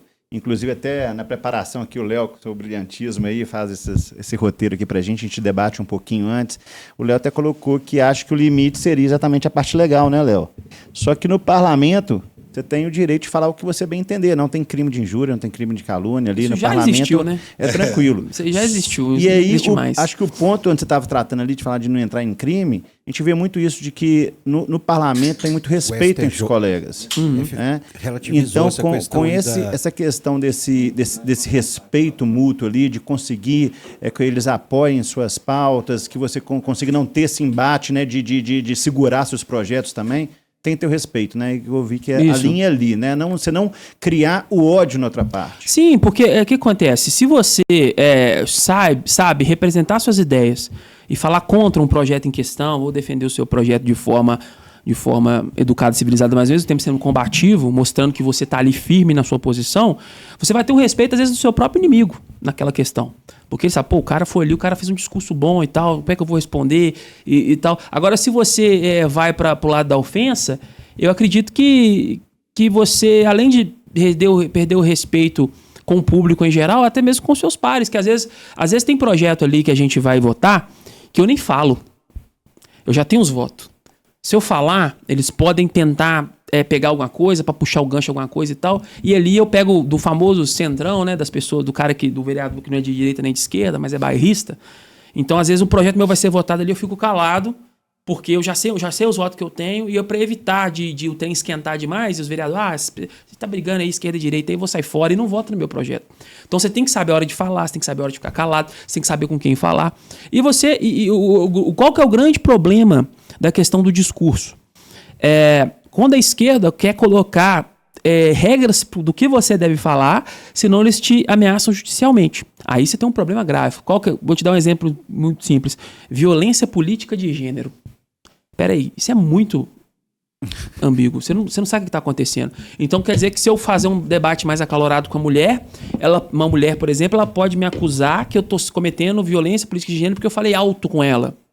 Então eles vão colocando de forma ambígua para tentar te amordaçando, te colocando essas coisas. Então é lá dentro do parlamento que a gente tem que ter essa maldade e também fora ali, juntamente numa Câmara Federal, você tem que fazer que esse tipo de pauta não passe. Agora, o grande problema do Brasil hoje em dia que a gente fala é quando o STF legisla. Fala que agora é isso, que é o que eles fizeram em diversas ocasiões no Brasil. Então, a gente está numa encruzilhada. Bastante, né? Até o poder de parla do parlamento. Não tem mais. Então você tem que saber como combater. Eu acredito que cada vez mais... Por que a gente hoje está...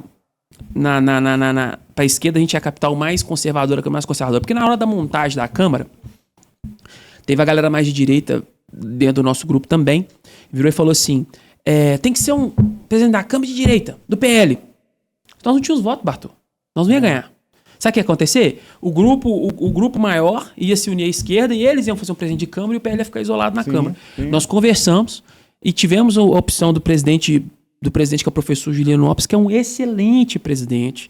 Ele deixa tanto a esquerda falar quanto a direita falar. Ele pauta os projetos da esquerda, pauta os projetos da direita. Ele é um cara totalmente democrático. É um cara bacana. Um cara que deixa o debate acontecer livremente. E a gente combinou com o presidente a questão dos espaços na Câmara, que é muito importante. Então, o que a gente fez? A gente colocou 2 do PL na CLJ, que é o Uner, que é o presidente, e eu. E você tem também a Fernanda Altoé, que é uma pessoa mais à direita, do Novo, que ajuda a gente a votar, o que dá a maioria de 3-2. Então, a gente consegue segurar muita pauta na Câmara.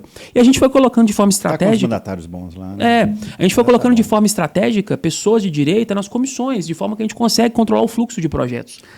Mas interessante é que você falou, do presidente, ele pauta tudo que tem que pautar. Eu acho uma putaria, tá? Esse negócio de uma pessoa no meio do Senado, uma pessoa no meio do Congresso, da Câmara, tá? Eu acho ridículo isso, dela decidir o que é que vocês vão votar ou não vão votar. Deixa, cacete, bota em votação e deixa o pessoal decidir se vai passar ou não vai. Às vezes eles usam isso como um poder que eles têm. É lógico, mas não é esse poder dele para poder isso. Isso é ridículo. Lá na Câmara é assim, tem um colégio de líderes todo mês, senta, o que o PL quer votar, o que o PT quer votar, o que o PSD quer votar. Coloca todo mundo, organiza, coloca nas reuniões e vota. Pronto, vota. Passou. Tem voto, passa. Não tem, não passa. Agora, no Congresso, no Senado, fica escolhendo o que quer. Hoje em dia... Um presidente da Câmara, um presidente do Senado, tá mandando mais do que um presidente da República. Ainda bem. Tá? Mas, Entre aspas, Toninho, porque são... Essa questão é interessante porque acho que o líder, né, você que é mandatário também, já fui, né, então vivi um pouco lá, eu me questionava muito isso também. É engraçado que o presidente tem poder de tudo. Tem poder de tudo na Câmara, na Assembleia ali, tem poder de tudo. E aí você pensa assim, pô, mas aí o simples deputado, o simples vereador não pode fazer nada, tem que ficar sujeito ali e tal, etc. Não, ele tem poder de vetar, de gerar um barulho, criar problema, não deixar processo passar, pestorgar. Então, uma pessoa, ela consegue parar o parlamento.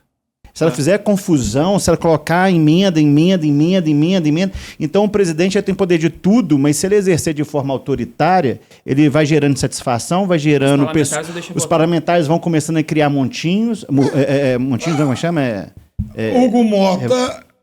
Hugo Mota e o... Mas ele precisa de parlamentar de verdade. Colombo fazer isso também, mas né? você tem parlamentar de verdade lá. Você tem senador de verdade? Você tem... Mas não tem como. O parlamentar ele tem uma prerrogativa que é a obstrução. Então você pode ir gerando. Você tem certas coisas que você vai fazendo. Hoje a gente já fez obstrução. Mas você tentou, por exemplo, 2 vezes lá na Van Hatten tentou obstruir, vai levar quantos dias de... Não, mas aí ele sentou na mesa. Mas porque já não tinha jeito mais de obstruir mais. De organizar ali uma patotinha ali para colocar um tanto de projeto, um tanto de emenda, um tanto de coisa, fazer barulho, ficar cutucando os outros para poder gerar mais discussão. Mas eu não acho isso. Eu não acho isso democracia. Democracia é o seguinte... Vota. Sim. Tem voto, tá passou. Tá na fila, vota. Entrou na fila, você pode até passar um para frente, outro aqui, mas não deve fazer. Isso eu não quero. Porra! Você tem lá quantos senadores que já assinaram de 81, quantos já assinaram 50 e tantos para poder... Gente, Brasil... O problema não é só os senadores, não. É a população. A ânsia da população por aquilo. A população toda quer. E a gente vê realmente que hoje nós estamos um Senado, né, um Congresso como todo, acovardado. Onde que o STF passa tranquilamente sobre as decisões ali. Você vê, às vezes, são decisões difíceis, onde que leva meses ali para ser construída, discussões. Uma semana depois a canetada acaba e o Congresso aceita. Isso que está, assim, realmente deixando a gente... O poder nunca fica vago. O que acontece? Tem quanto tempo que o STF está medindo a febre? Na hora que o Congresso deixou o Daniel Silveira levar aquela ferrada que levou, foi entregue Daniel na cova dos leões, aí o Supremo falou o quê? Opa, agora quem comanda sou eu. Pronto. Verdade. Porteira que passa boi, passa boiada. Sim. Verdade. A grande questão só é que você tem presidentes das casas, não vou falar nomes aqui para não tomar processo, mas você tem presidentes das casas e pessoas de decisão importante dentro do Congresso em geral, que eles, além de eles ter processos no Supremo Tribunal Federal, que fica com medo dos ministros puxarem esse processo deles, eles também têm causas com o escritório de advocacia, entre outras coisas, que estão com ministros também, e eles têm interesse nisso, né? A gente sabe que tem um cara fortíssimo aqui de Minas Gerais que o 90% do orçamento dele é questão de causas no STF, e ele deixou os caras fazer o que quis, os caras aproveitou disso, viu esse vácuo e viu essa oportunidade, e hoje quem manda no Brasil é o STF. Hoje em dia a gente não tem mais democracia no Brasil. A gente está tentando resgatar o pouco que restou. Então você não tem democracia, você tem uma democracia nas pequenas cidades, nas cidades, porque você elege um prefeito aqui, o prefeito consegue atuar e tal, mas quando você vai subindo, a coisa vai ficando mais autoritária. Então, por exemplo, se um presidente do meu partido não quiser que eu seja candidato, eu não vou ser. Sim. Eu dependo de um cara. Se o presidente do meu partido não quiser me dar recurso para me poder viabilizar minha candidatura, eu não vou ter recurso, então eu não consigo ser competitivo. Então dependo de outra pessoa. Então você tem Senado Federal, a mesma coisa, governo do Estado, a mesma coisa, presidente da República, a mesma coisa. E quando você tem um resquício de democracia, de votação funcionando, você corre risco de cair na mão do ministro do Supremo Tribunal Federal e ele resolver tudo na canetada do jeito que ele quer. Isso quando eles não legislam, né? Eles não criam as leis, né? Eles criam, eles vão criando, eles fazem a jogada para serem provocados, via tal, manda para PGR, tudo combinadinho, e legisla por causa própria mesmo, porque eles acreditam que é eles que vão mudar o Brasil, e isso não é democracia, né? Ninguém ali foi eleito. E tudo começa como o próprio Tony falou, um passo devagarzinho aqui, uma coisinha ali, vai ganhando espaço, vai indo, e isso que a gente precisa do Congresso começar a fazer. Começar a derrubar ali uma decisão unilateral só, né? Aquela decisão de... Uma coisa que você tem que... Começar a fazer pequenas coisas. Você vê, né, cara? A gente precisa de homens corajosos do nosso lado, né? Porque eles têm homens corajosos do lado deles, né? Você vê lá o que o Alexandre de Moraes fez. O cara O cara realmente peitou tudo e Mas não foi de repente. Ele não foi peitou não, de não repente. Foi. Mas, assim, ele foi medindo a febre, foi medindo... Foi. Mas no final das contas, o resultado foi colocando final, aos pouquinhos. Mas o resultado final a gente, né, se prejudicou muito. E também eu lembro de uma causa que eu não sei se foi um dos ministros do Supremo Tribunal Federal. Ele mandou uma ordem pro Renan Calheiros, na época presidente do Senado, e Renan Calheiros não acatou. Não fez, não vou fazer. Falou, não vou fazer. fazer. E não fez e não fez. Sim. Então, os caras do lado de lá, tem esses caras que tem esse peito pra encarar, né? A gente tem que trazer pra galera do lado de cá. Uma perguntinha um pouquinho difícil aqui. Como que você enxerga o papel do Bolsonaro nessa situação toda? Porque tem muita gente que critica, falando que naquele jogo de eu vou acabar com você, aí depois não acaba. Faz né, o 7 de setembro, né, histórico ali, onde que ele acabou com o Alexandre de Moraes, depois faz uma carta pedindo desculpa. A gente sabe que teve toda aquela questão do Temer ali por trás, fazendo um acordo que não foi honrado pelo Alexandre depois, né? Mas como é que você vê essa questão de criar, vou pra cima, não vai, vou pra cima, não vai, vou pra cima, não vai, recua, e aí o cara do outro lado começa a vir pra cima também. E aí como é que você enxerga esse papel aí? Como é que você enxerga... Hoje nós vemos que nesse embate do presidente Bolsonaro e do... Vou colocar os dois nomes, né? Do presidente Bolsonaro e do Alexandre de Moraes. A gente vê que o presidente Bolsonaro... gente, o presidente Bolsonaro podia muito bem ter ficado calado, aceitado as exigências de Moraes, aceitado as exigências de Gilmar Mendes, que foram muitas também, e ter ficado de boa do que estava acontecendo. Mas, igual eu disse, o Bolsonaro é um cara coração. Ele é um cara que, no que ele acredita, ele faz. E ele não deu espaço para esses caras dentro do governo. Mediante a isso... Ele teve esses atritos públicos que a gente teve, mas também teve muitos atritos particulares que não foram a público. Assim que tivemos todos aqueles problemas da carta e tudo, todo mundo ficou meio sem saber o porquê que estava acontecendo isso. Mas hoje, quando você vai ver o que aconteceu, é que o Bolsonaro nunca teve as suas forças armadas com você. As pessoas, porque no final das contas, quando um presidente da República tem que fazer valer o seu mandato, a sua força, ele precisa de um braço forte dentro do Estado, da espada do Estado, que é as Forças Armadas. E o próprio Gilmar Mendes disse que antes dele ir para ele disse em entrevista que antes deles ir para cima do Bolsonaro, eles chamaram o chefe das Forças Armadas, se você está com nós ou está com eles. O cara das Forças Armadas falou que estava com o STF. Então ali eles começaram a ir para cima do presidente Jair Bolsonaro. O que a gente vê? Você teve um presidente que tentou proteger as suas bandeiras e o seu povo até o final, e você teve umas Forças Armadas acovardadas através de seus líderes que ficou subordinado ao STF. E aí o STF, o Bartô, tinha visto que no governo do presidente Bolsonaro, o STF deu mais de 200 decisões contra o presidente Bolsonaro, atrapalhando o governo dele. E contra o Lula agora, acho que foi 2 ou 1. E se pegar os passados também, você vai ver que é 3, 4. Eles nunca interviam. Então, o golpe, quem deu o golpe no Brasil foi o STF, não foi o presidente Jair Bolsonaro que tentou dar o golpe, não. Eles deram o golpe no governo Bolsonaro o tempo todo. E o presidente Bolsonaro estava com as mãos amarradas. Você queria que ele fizesse o quê? Ele não tinha Forças Armadas. Ele não tinha maioria do Congresso, que o Rodrigo Maia atrapalhou 2 anos. Ele não tinha maioria do Senado, com aquela porcaria daquele Pacheco lá. Então...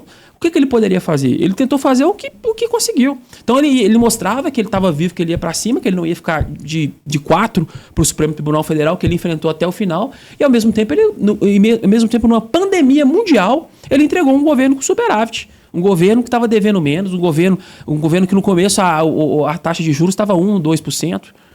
Então... ele fez o que pôde com as ferramentas que ele tinha. Então é muito fácil a gente falar, o presidente Bolsonaro, esse presidente Bolsonaro, aquilo e tal, mas como é que eu vou jogar você pelado no meio de um campo de batalha? Porra, se você sobreviver 10 minutos é lucro. Então ele tentou... qual que é o grande erro da direita, que eu quero falar para todos aqui? Nós colocamos a cereja do bolo e nós não tínhamos o bolo.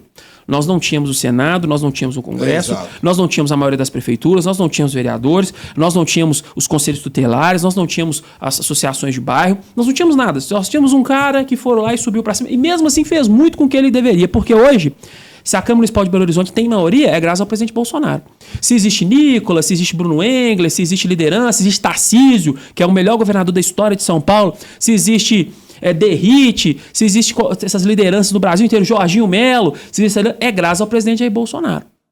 Então, o presidente Bolsonaro, eu vejo ele como uma reta escavadeira, cara. A gente tava lá no meio da selva, o pau quebrando, o PT dominando tudo. Ele chegou do jeitão dele, do jeito que ele tem que chegar e abriu o caminho. E agora você tá vendo a galera vindo atrás. Que é a galera ali que você vê que o Nicolas tem mais um discurso pros jovens, pros cristãos. Você vê o Tarcísio, que é um administrador exímio. Você vê o Bruno Engler, que é uma liderança de inteligência que tá crescendo aqui em Belo Horizonte. E isso é no Brasil inteiro. Você vê um Ville... Da Câmara Municipal, que você vê uma Câmara Municipal forte hoje em Belo Horizonte, mais à direita. Esse pra mim é o maior legado do Bolsonaro. O que ele deixou. Quem que o Lula levantou de liderança, Bartô? O Lula é igual o eucalipto, não cresce nada em volta dele, ele não deixa ninguém. O Bolsonaro não. Olha a diferença do Bolsonaro e do Lula, que eu quero que vocês percebam. Quando tinha um mérito do governo Bolsonaro, tipo, entregou a transposição do Rio São Francisco, ele chamava o Rogério Marinho, sentava o Rogério Marinho e falava, Rogério Marinho aqui, ó, nosso ministro. O Bolsonaro distribuía os méritos. Ele sempre distribuiu. O Bolsonaro fez Tarcísio. Bolsonaro fez Damares. Bolsonaro fez diversas lideranças. Errou, hein? Diversas lideranças. Damares, Mas acontece. Acontece, você vai confiar. Não, você não tem como acertar 100%. E o erro não é de quem confia, né? De quem, né? Mas você tem um recado importante para o eleitor, para quem vota, né, nos mandatários com o Vili aqui. Você não pode esperar que o Vili vai ser perfeito, não. Você pode esperar que nenhum político vai ser perfeito, não. Não espero nada de O ideal perfeição. é você olhar e falar assim, erros, acertos. Como é que tá? Entre erros e acertos, você briga com seu pai, com sua mãe, você não vai brigar nem criticar o seu político, né? Lógico, não. E o Lula é diferente. O Lula, quando tem um acerto, é ele. É sempre ele. Ele coloca lá 10 gatos pingados em volta dele. Agora, quando tem um problema, é a Haddad que está subindo imposto. É o Camilo Santana, ele joga os problemas para os seus ministros e pega os méritos para ele. Por isso não cresce nada em volta dele. Por isso que eu acredito que quando o Lula sair de cena, que o Lula já está mais velho, que ele se aposentar de vez, o PT vai desfazer, cara. O PT vai desfazer em vários núcleos de poder. O Bolsonaro não. O Bolsonaro está crescendo. A direita está crescendo, está criando diversas lideranças e a gente vai tomando espaço. Hoje, quais são os pré-candidatos à presidência da República? Lula, Flávio, Zema, Caiado, tem aquele Renan Santos, o Lula aqui. E deve ter um outro maluco aí. Joaquim Barbosa. Eu acho que ele não. Eu não sei quem vai são ser candidatos, só esses mesmos que a gente fala. Os que estão aparecendo mais nas pesquisas, tá vendo? Aqui você vai estar direita e centro-direita, tá do lado de cá. E aqui o Lula. Olha a diferença, Bartô, de antigamente, o Lula vangloriava que não tinha direita. E se você parar pra pensar assim, nós estamos falando de 2026 e 2030, como é que vai ser? A gente já pensa em vários nomes aparecendo. Você já vê Tarcísio, já vê Nicolas, o PT não tem ninguém. O PT não tem ninguém. Porque Boulos não leva. Ciro tá cada vez mais rachado lá com a esquerda. Disso. Érica Hilton não vai. Não tem nome. E a direita tem nomes, né? Muitos nomes. Então o Bolsonaro deixou um legado. O Bolsonaro sempre foi um cara que ele distribuía as bondades do governo. Ele não pegava. Ele tomava as pancadas. Ele era o colete. Todas as pancadas eram nele. Quando tinha o mérito, ele dava pros outros e tal. Sabe, um cara desse, ele pensa Brasil, ele não pensa ele, pô. Ele pensa Brasil. Isso é verdade. Isso aí eu tenho algumas tretas minhas com o Bolsonaro. Como eu falei, todo mundo erra. E quando ele errou, eu cobrava. Porque uma coisa que eu acho interessante, o brasileiro tem que aprender. Eu não estou falando que eu sou foda, que eu sou melhor nem nada, não. Mas isso eu estou falando de países evoluídos, eles fazem assim. Político, a gente apoia durante a eleição. Acabou a eleição, a gente cobra. Verdade. Entendeu? Político é funcionário público. Você paga o salário do político. Então, político nós devemos apoiar durante a eleição. Foi eleito, nós temos que cobrar. É o que falta no Brasil, o voto distrital. Porque aqui você elege tanto político que você não tem nem ideia de onde que você não tem como cobrar. Se você tiver o político daquela região, você vai cobrar aquele político da sua região e você vai estar mais próximo a ele vai se sentir mais cobrado, você vai se sentir mais responsável, que vai ser melhor. É o meu ponto de vista, que eu acho. Então, eu acho que a grande virtude do Bolsonaro, para mim, o bolsonarismo, para mim, não é a figura do Bolsonaro, não é idolatrar a figura do Bolsonaro. Para mim, o bolsonarismo é idolatrar os ideais lançados por Jair Bolsonaro. Isso, para mim, é o verdadeiro bolsonarismo. Muita gente confunde isso com o bolsonarismo, a idolatria da pessoa, o personagem de Bolsonaro. Eu sou contra. A gente não deve idolatrar pessoas. Nós devemos idolatrar ideais. Entendeu? Então, o bolsonarismo, para mim, é isso. E se não fosse o Bolsonaro, nós não teríamos esses ideais. Antigamente era vergonhoso falar que era de direita. Eu nunca tive essa vergonha. Eu sempre fui cara de pau, mas pouquíssimas pessoas chegavam para mim e falavam: "Nó, Toninho, você tem coragem de falar que você é de direita?" Muita gente nem sabia que era de direita, né? Que eram as bandeiras e tal. O Bolsonaro que colocou isso tudo dentro de um pacote e mostrou o que é ser de direita. Eu defendi privatização, a galera abriu o olho e falou: "Você é louco? Como é que você fala num assunto desse?" Que é isso? Mas o próprio Bolsonaro, ele falou comigo que ele era contrário à privatização e quem mudou a cabeça dele foi o Paulo Guedes. Ele falou isso comigo. Que ele antes era contra a privatização. E o Paulo Guedes mostrou para ele. E ele é um cara, o presidente Jair Bolsonaro, você sabe que eu sou, tipo assim, além de amigo e tal, eu vejo um cara como um exemplo a se seguir. Ele é um cara que te escuta. Pô, ele me ligava para me pedir opinião sobre decisões políticas em Minas Gerais. Eu nem era vereador, cara. Entendeu? Então, tipo assim, em vez dele ligar pra um chefe de partido, pra um politicão e tal, ele ligava pra mim, uma pessoa normal, que trabalhava com política, mas eu era uma pessoa normal.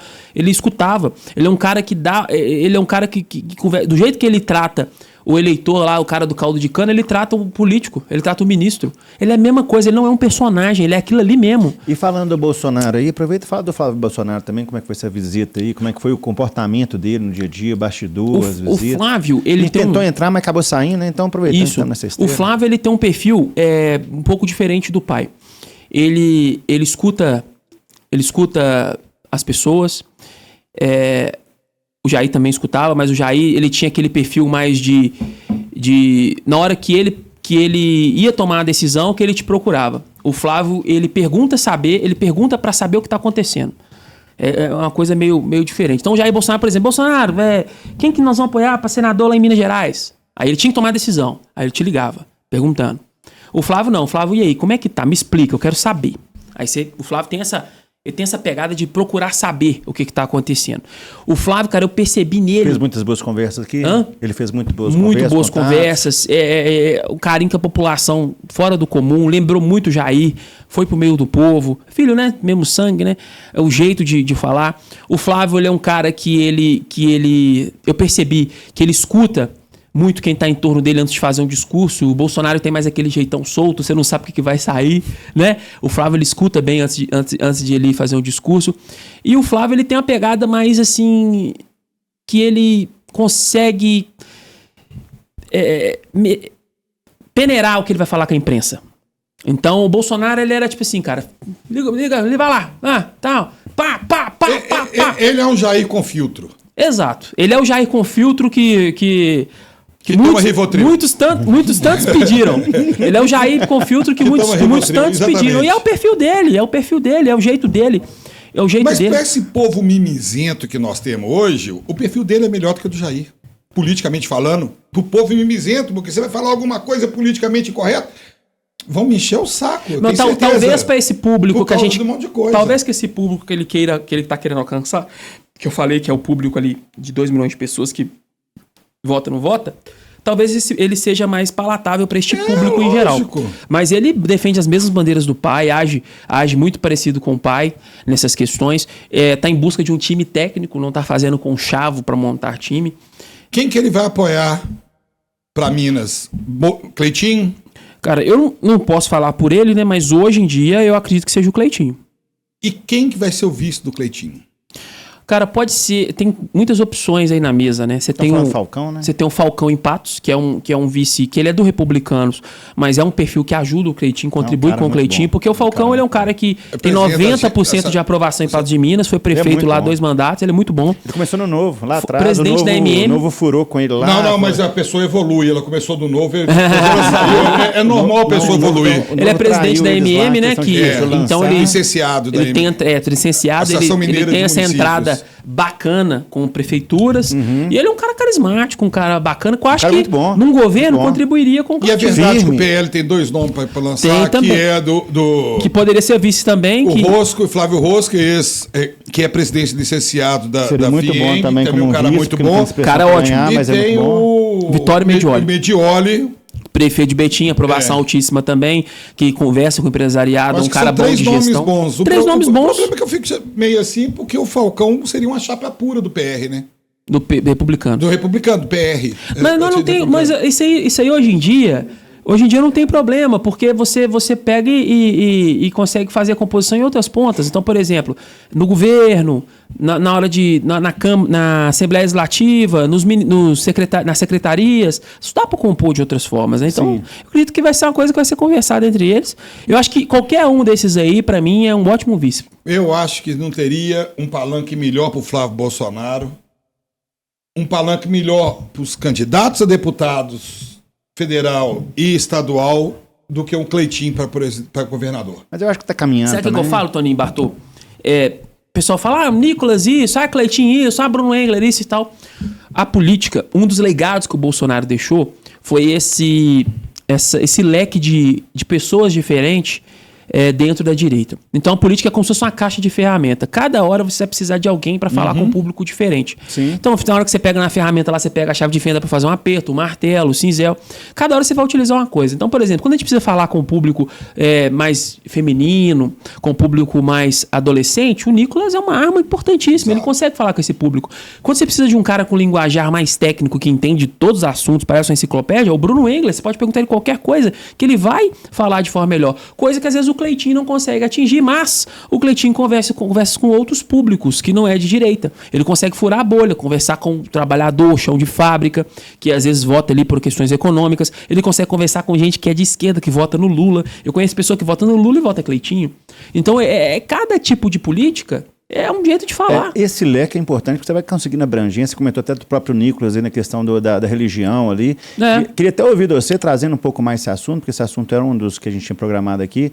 A ligação do seu mandato, da direita, junto às igrejas, junto a essa parte de religião, né? Essa questão da estrutura ocidental em cima da fé mesmo lembrando católica. que o Estado é laico. Não, com certeza. O que acontece? E essas questões. Essa mistura. Como eu falei com vocês, eu não tenho bases dentro de igreja. Então, nem dentro da igreja católica, nem dentro da igreja evangélica. As pessoas acreditam no meu mandato, no que eu faço, pelos ideais de direita, que convergem. Na como parte muitas da vezes família, né? na parte da família, que convergem com o que os cristãos acreditam. Então, tanto evangélico quanto católico, espírita, as pessoas que acreditam nesses valores é onde ele vai se encontrar comigo. Então, eu não faço campanha em igreja, nem católica, nem evangélica. Você tem fé? Você tem alguma fé? Tenho fé. Eu sou cristão, mas evangélico, no caso, né? Então, mas assim, no contexto geral, cristão. Então, eu tenho uma visão mais a Cristo mesmo, de seguir os passos de Jesus mesmo. Então, o mandato aproxima a gente mais também aproxima, do ser divino, porque a gente apanha demais, né, cara? E quando a gente apanha, que a gente aproxima de Deus, né? Não, e a gente tá na luta, a gente vê, né? Aquele propósito, questão de responsabilidade. Isso. E às vezes a gente tenta fazer uma forma que consiga atrair todas as pessoas, porque o importante, no final das contas, que eu consigo entregar, ele vai atender todo mundo. Então, quando eu consigo entregar um projeto de lei, como, por exemplo, essa questão do combate do De Volta para Minha Terra, ele vai atingir pessoa de qualquer religião. Eu quero o melhor para a pessoa e depende da religião dele, nem que seja cristão, outra religião que não seja de cristão, né? E vai atingir todo mundo. Então, o importante é você acreditar nos mesmos valores, independente da região. Toninho é ateu, né, Toninho? Hein? Você é ateu, não é? Eu sou. Mas você tem uns valores cristãos. Mas o pessoal brinca, fala que eu sou o ateu mais crente que eles já viram na vida. Porque a questão é de valores. Você não tem... Aqui, se você parar aí, você vai ver muito neguinho. Você vai no Seresta, 90% tá lá, fala que é cristão. Tá? 90% fala que é cristão. Eu acho que cristão não é título, é sentimento. Eu não preciso me declarar cristão para poder ter os valores que tem. São valores. A família, para mim, é coisa muito importante. Uma coisa que a vida é importante. O presidente Bolsonaro une, por exemplo. Você vai ver a maioria dos evangélicos. A maioria dos evangélicos votam no presidente Bolsonaro. A galera católica vota no presidente Bolsonaro. A galera espírita vota no presidente Bolsonaro. Estou colocando por religiões, né? Mas quando você vai ver, não é porque ele é evangélico, porque ele é católico, porque ele é espírita, mas porque acreditam nos valores dele. E eu tento seguir o mesmo caminho. Mas você sabe que eu fui muito... Já jogaram muito na minha cara gente da direita, questionando eu ser de direita pelo fato de eu ser ateu, né? Mas sempre vai ter esses questionamentos. Falando que eu não tenho direito de ser de direita porque eu sou ateu. Eu falei, cara, qual que é o problema disso? Eu tenho meus valores, não quer dizer que eu tenho que seguir... Você pegar as pessoas e virar e rotular a pessoa... Eu acho que é o que ela sente, o que ela faz, o que ela transmite, o que ela colabora é muito mais importante do que ela rotula. É a mesma história do travesti. Eu quero ser católico, eu sou... Pegando aqui o ensejo, quando você falou assim, a igreja vota, né, porque vê a sua defesa da família e não por conta da religião em si. Essa questão dessas defesas ideológicas, como que elas são muito fortes e ultrapassam ali os limites de uma Câmara Municipal, que é muito em cima de questões administrativas da cidade, né? E como é que você entende esse papel seu de trazer pautas nacionais, né, pautas que deveriam estar sendo né, até mesmo questão até de, a gente vê de questão do terrorismo aí, do Trump colocando coisas que vão partes até da parte da Câmara, começa até a questão de pautas mundiais aí. Como é que você vê essa questão sua de entrar nessas pautas que foge um pouco da sua competência, mas que tem que trazer isso também, né? Para poder guiar. As pessoas vivem nos municípios, né, Bartô? A gente esquece, essas pessoas esquecem disso, né? O brasileiro, ele vive no Brasil, mas ele vive no município. Ele vive em Santo Antônio do Amparo, ele vive em Belo Horizonte, ele vive em Uberlândia, ele vive no município. Então é importante que ele tenha um representante dele que pensa como ele dentro do município também. E obviamente, gente, nós não podemos esquecer que o vereador também tem que fazer o seu papel de vereador também.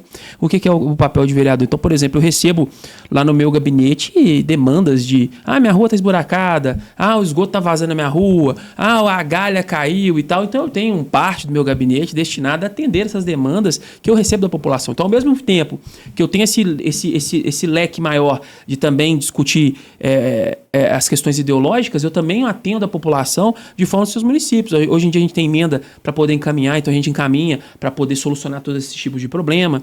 E a gente participa também tanto do dia a dia da população nos atendimentos que elas precisam, mas também sem deixar de lado a questão ideológica.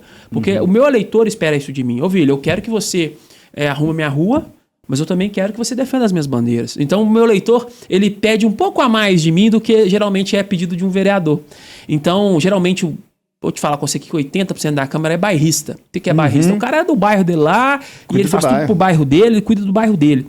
Eu não sou bairrista, eu não tenho um bairro. Meu bairro, qual bairro você tem voto? Eu não tenho. Meu eleitor tá espalhado e tudo, mas aí chega as demandas para mim de diversos bairros. E às vezes tem demanda que eu preciso de um vereador do bairro para me ajudar a arrumar. Então, independentemente se vai vir mérito para mim ou para ele, a gente trabalha junto para poder solucionar aquela demanda. Então, ao mesmo tempo que o meu eleitor pede de mim essas demandas dos bairristas, ele também exige de mim essa defesa em prol da liberdade, em prol da direita, em prol dos valores cristãos.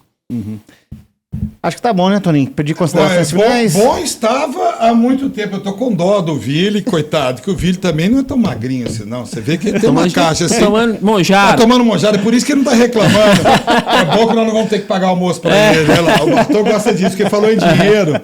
Você falou em dinheiro, o Bartô falou que é pra economizar. Isso aí não tem... Nada mais econômico da história de Minas Gerais. Não, isso aí, meu filho, não gasta nada. Coitado dos funcionários dele lá, nem água tinha, que ele fechava a torneira lá. Então é o seguinte, o que acontece eu queria agradecer de antemão a presença do Vili. Vili é um irmão. Valeu. Eu não tenho tanto contato com o Vili que nem eu tenho com o Bruno Engler, com o Juninho. Só porque eu não vou no jogo do Galo com você, né, Toninho? Não, o Juninho também é cruzeirense, não vai no jogo do Galo, o Nicolas é cruzeirense, não vai. O problema é que eu conheci mais anteriormente. Sim. 2017, eu comecei em 2018 a conhecer o Nicolas, o Bruno, o Juninho, e, para falar a verdade, eu estreitei meu laço de amizade com o Vili, foi há 2 anos atrás, na campanha para vereador dele, que nós fomos atrás dele, do Bruno Engler, como prefeito, e foi uma amizade que cada dia que passa eu curto mais, e cada dia que passa recíproco. Eu estou vendo a importância do Vili para nosso país, não só para nossa cidade. Eu queria também agradecer a todos a paciência que tiveram até aqui.